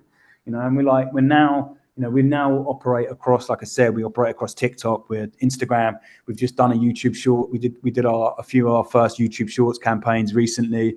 We got one post hit 120 million from a makeup video.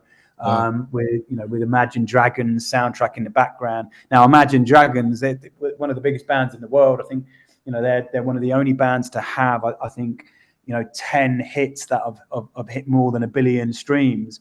They can't generate those types of figures themselves.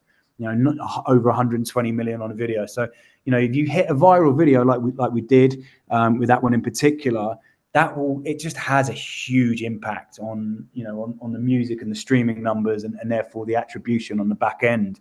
And that's not to mention, if we going forward, where our vision is as a business, it's like we almost missed out on that video. Well, yes, we've got 120 million, and Imagine Dragons, benefited in a big way from people listening to their song on that. The girl lip syncs while she's doing her makeup, so very much front and center of that video. But that could have been a sponsored video by all the makeup she used. There's 120 million people watch that, and they don't know what makeup that girl used. So there's huge opportunities for us going forward. And as we start to continue to scale the business, it's now me creating the memes at the beginning with one other guy. There's now 15 of us. I mentioned we run campaigns in Latin America. A couple of years ago, I moved out to Colombia. I basically, my own journey as we start, I've referenced, we got introduced to the American labels. I basically decided when we really started to expand in the US market, and one door led to 2 to 3 to 20 introductions and different execs across the different labels in the US. I decided that we probably needed someone to run the operations in the US. So I moved out to LA. I was there for 2.5 years and kind of built the team and built the network there, and managed to kind of regularly visit our clients out there, and kind of hone those relationships. I then decided that, hey, we're seeing similar references and and referrals in going into the kind of LATAM market, seeing similar impact on within the music industry from a lot of Latin music. Is not just the likes of Bad Bunny and Karol G, who are the two highest streamed artists in the world and have been consistently for the past 4 years. So you've got those two alone who are having a huge influence on the rest of the music industry. But there's a lot more than that, and we've been working on a lot of Latin music that has gone more mainstream and kind of bled over into the US and then later on into Europe. So the more campaigns we got of those, I just again made the decision that, hey, I think we need some presence within Latin America. It wouldn't be a bad thing for me to go over there and maybe build a team of individuals who understand Latin music and Latin culture, rather than us trying to do that out of America with UK and US employees.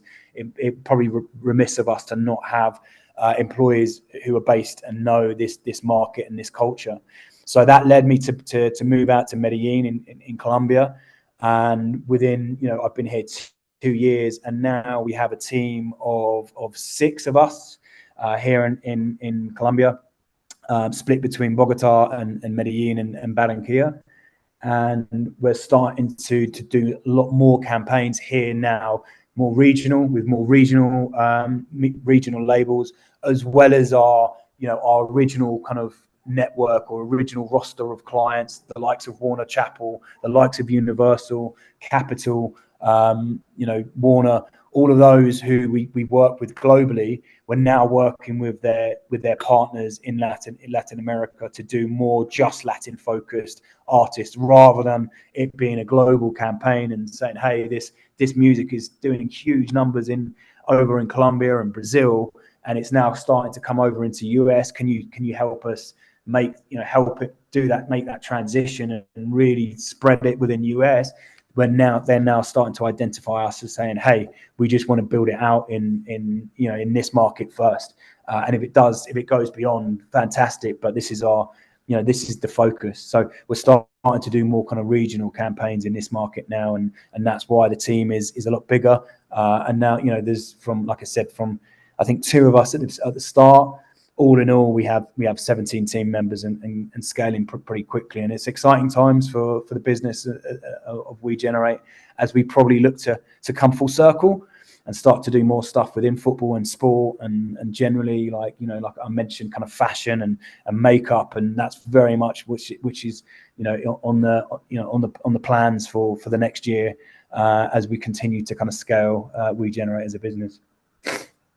Amazing. And I think, like I said before, I think what it demonstrates is a real ability to sort of transition where you need. And obviously, I mean, it sounds like you've been pretty dedicated to the business. You've obviously moved yourself quite a bit from LA to, obviously from Europe to then LA to then Medellin. And, obviously you've been very, very committed to, the business, I guess, first and foremost, and obviously from being around you at times where, I mean, I've seen the level of commitment that you've put into the project. And I suppose just on that point, I mean, I think obviously a lot of people look at owning a business or entrepreneurship as they look at all the upside. And, I mean, how have you found the sort of intensity, and also, you're living in Colombia right now, which I think for a lot of people, certainly in my mind, that's a big decision. That's a big move. So how have you found all of that sort of adjustment and obviously sort of, I guess, really constantly putting the business first? Yeah. Look, it's the thing is, your own personal, your own lifestyle, your own, your own mindset, your own kind of like work-life balance is always extremely important. And you mentioned putting the business first. Of course, like, yes, kind of have done that, but it's almost, some of that has been some of those decisions have been forced upon. Some of them have been out of choice, So moving to LA was something I've always wanted to do anyway. So having that opportunity to do that, my brother's based out there, being closer to him, having some, having a new challenge and a new experience and new cultures was something I've always liked. As you can probably tell, like when I moved out to Spain, and I kind of got itchy feet a little bit, staying too long in one place, and I never quite felt at home in the UK. And Spain again was great, but was something not quite right there. So moving to LA was, yes, it was a business decision, because ultimately you're getting up at 8 o'clock in the morning for the UK, and then you're not going to bed until 2-3 o'clock in the morning, because you're doing you're going right through to LA time, and that wasn't sustainable. So I needed to almost made a decision, force myself not to be able to do such long days, because if I'm based in LA, then the morning call is going to be 2 a.m. and I'm not going to be getting up at 2 a.m. Like, so you've got to put things in place to where there's a team that is kind of sustainable within the UK, and then I can go out and manage those relationships in the US and LA, and then the one for Colombia was, again, I just saw it as a business opportunity. I loved LA, don't get me wrong, I really did, and I still go back there, and like I said, my brother's out there, and I wanted to, I think there's very much there's I will return there, I will spend more time there, but it's everything that everyone says it is. It's Hollywood. It's ridiculous, very expensive. It's at times it's a little bit fake. It's hard to really I guess to really establish yourself when you're kind of you're in those growth, you're in that growth area, and again, didn't feel that it was something I wanted to set up and make that my home for the rest of my kind of life, if you like. So that's why I decided to, hey, there's another challenge. There's Colombia. There's business challenges, but there's also personal challenges there, or lifestyle opportunities. And I moved out there, and just generally my own value of life, if you like, and is a lot better out here. It's nowhere near as expensive, and yes, it brings up its own. Like I mentioned maybe earlier on, it is, some still classify it as third world. I don't quite see it that way myself, but there are elements of it that you can see. It is quite volatile. It is, from a political standpoint, just from a general standpoint as well. So there's, obviously it's not, nowhere is going to be perfect. But for me, when I moved out here, as a business opportunity, but also as for me as a lifestyle, I quickly, I fell in love with this country, and I really wanted to make it my home, and therefore those, like you mentioned, those challenges were a little bit easier, because I love this country, and it maybe that kind of belonging, or that searching for all those different countries, I kind of finally felt somewhere that I felt really comfortable with, and therefore was really like motivated and kind of happy to not just call it my home, but also grow the business out here and really scale and build a future in this particular location, with the opportunities, obviously, with what the business provides, to be able to go back to the UK regularly, to be able to go over to the US regularly. So I've kind of built that network now, or that infrastructure now, where I get a little bit of everything, which is clearly kind of what I craved. Superb. No, it really makes sense. And well, look, I mean, I think that's probably a good time to sort of to wrap up. I mean, I think it's been a really kind of amazing insight into, the journey and the progression of, getting to the place that you're at. And I think for any sort of budding kind of entrepreneur or anybody who's looking to sort of get into a particular field, I think it's, what you've shared is such an amazing sort of honest account of, I think, the sort of turns and twists that people go through in their career, but sort of then also what, where these decisions, where these sort of sliding door moments can take you. And I think, your story for me, obviously, hearing today, learning things I already knew, but learning a lot that I didn't know, it is fascinating, because I think, again, if everybody could hear stories like this when they're going into their own career, it helps you to understand how to manage the lows, the highs, the amazing opportunities, the rejections. It gives a really interesting, I think, account of how, how people can navigate that, and ultimately where it can get to. And obviously, we share in some ways quite a similar path. We obviously did the employee route for a while, and then both set up on our own. So I can also empathize with a lot of the experiences you've had. So yeah, I think from my side, I think it's a fascinating insight into sort of what, let's say, a slightly unique career can be, and everything that comes with it. Absolutely, mate. Yeah, thank you. We appreciate it. Really enjoyed it as well.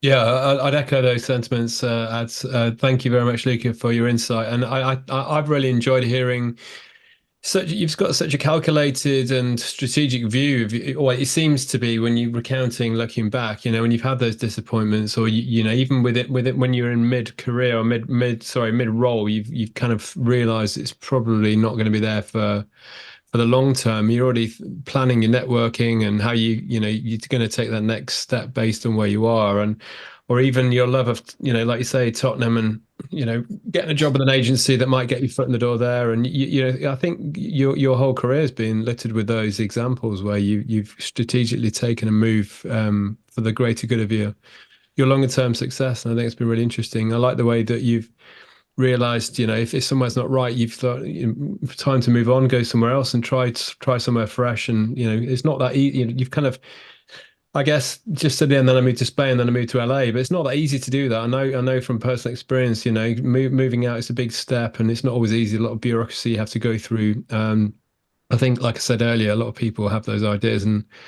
don't necessarily follow through with them. So I know you've done that consistently, and you've obviously gained a lot out of it as well, and made a great network and experiences along the way. So I've really enjoyed hearing your story. So thank you very much. I think just to end on one particular point there as well is, I think, my mum has been a huge part of that as well.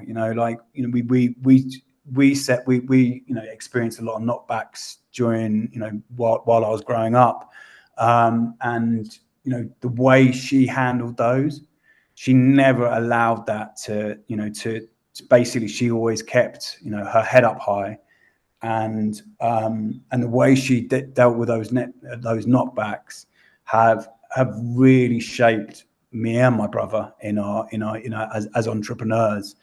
We saw her, like, obviously we looked towards my dad, who was within in marketing, professional career, doing great things, but she was obviously very much, like I said, more hands-on, because she was around more often, and seeing the way she had to deal with knockbacks, seeing the way she had to pivot, seeing the way that she took it all in her stride. I think me and my brother have really adopted those values, because my brother's, he's, like I mentioned, he's an entrepreneur. He's had a lot of startups, had a lot of knockbacks, and as have I, to the point where a lesser person might have, or not necessarily lesser person, but some people might just go, what, this isn't for me. I'm going to get myself a job, a security of a kind of full-time job. I don't want to be an entrepreneur anymore. There's too many disappointments and knockbacks.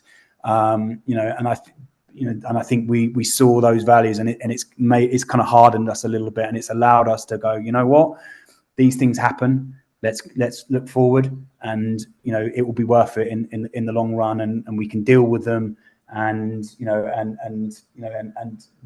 there's a successful path ahead. It just might take a little bit longer to get where we wanted to.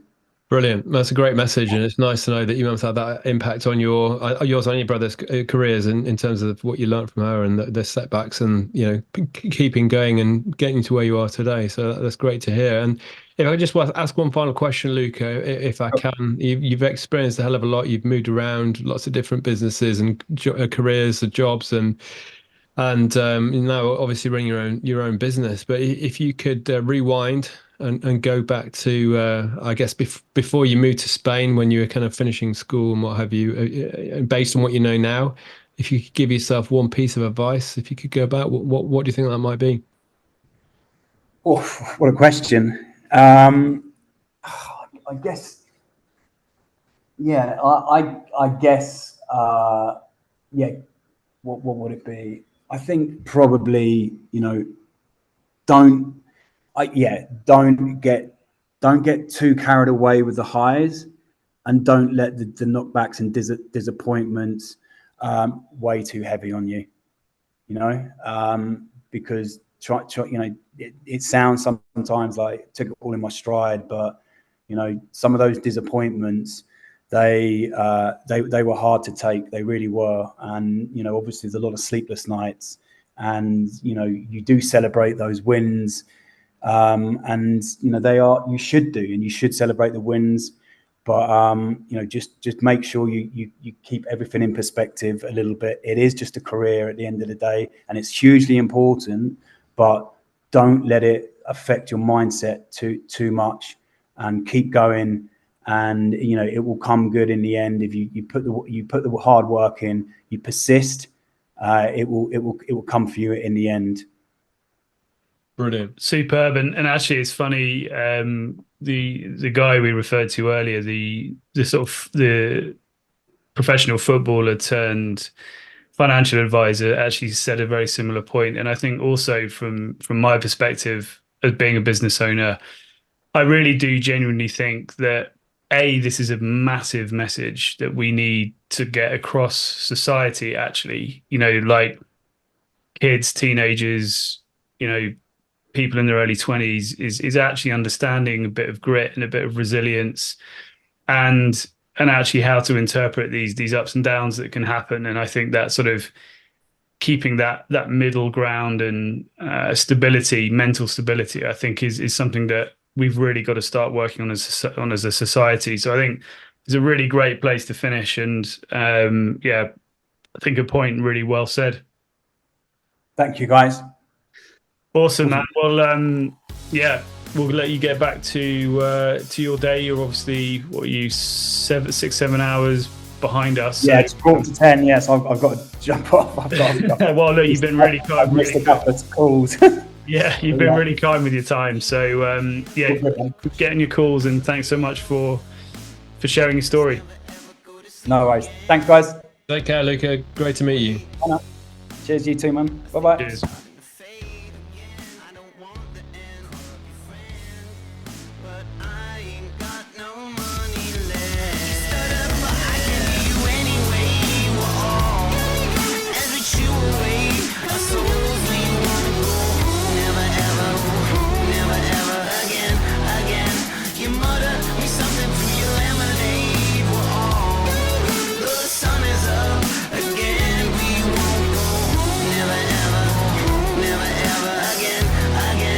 Again.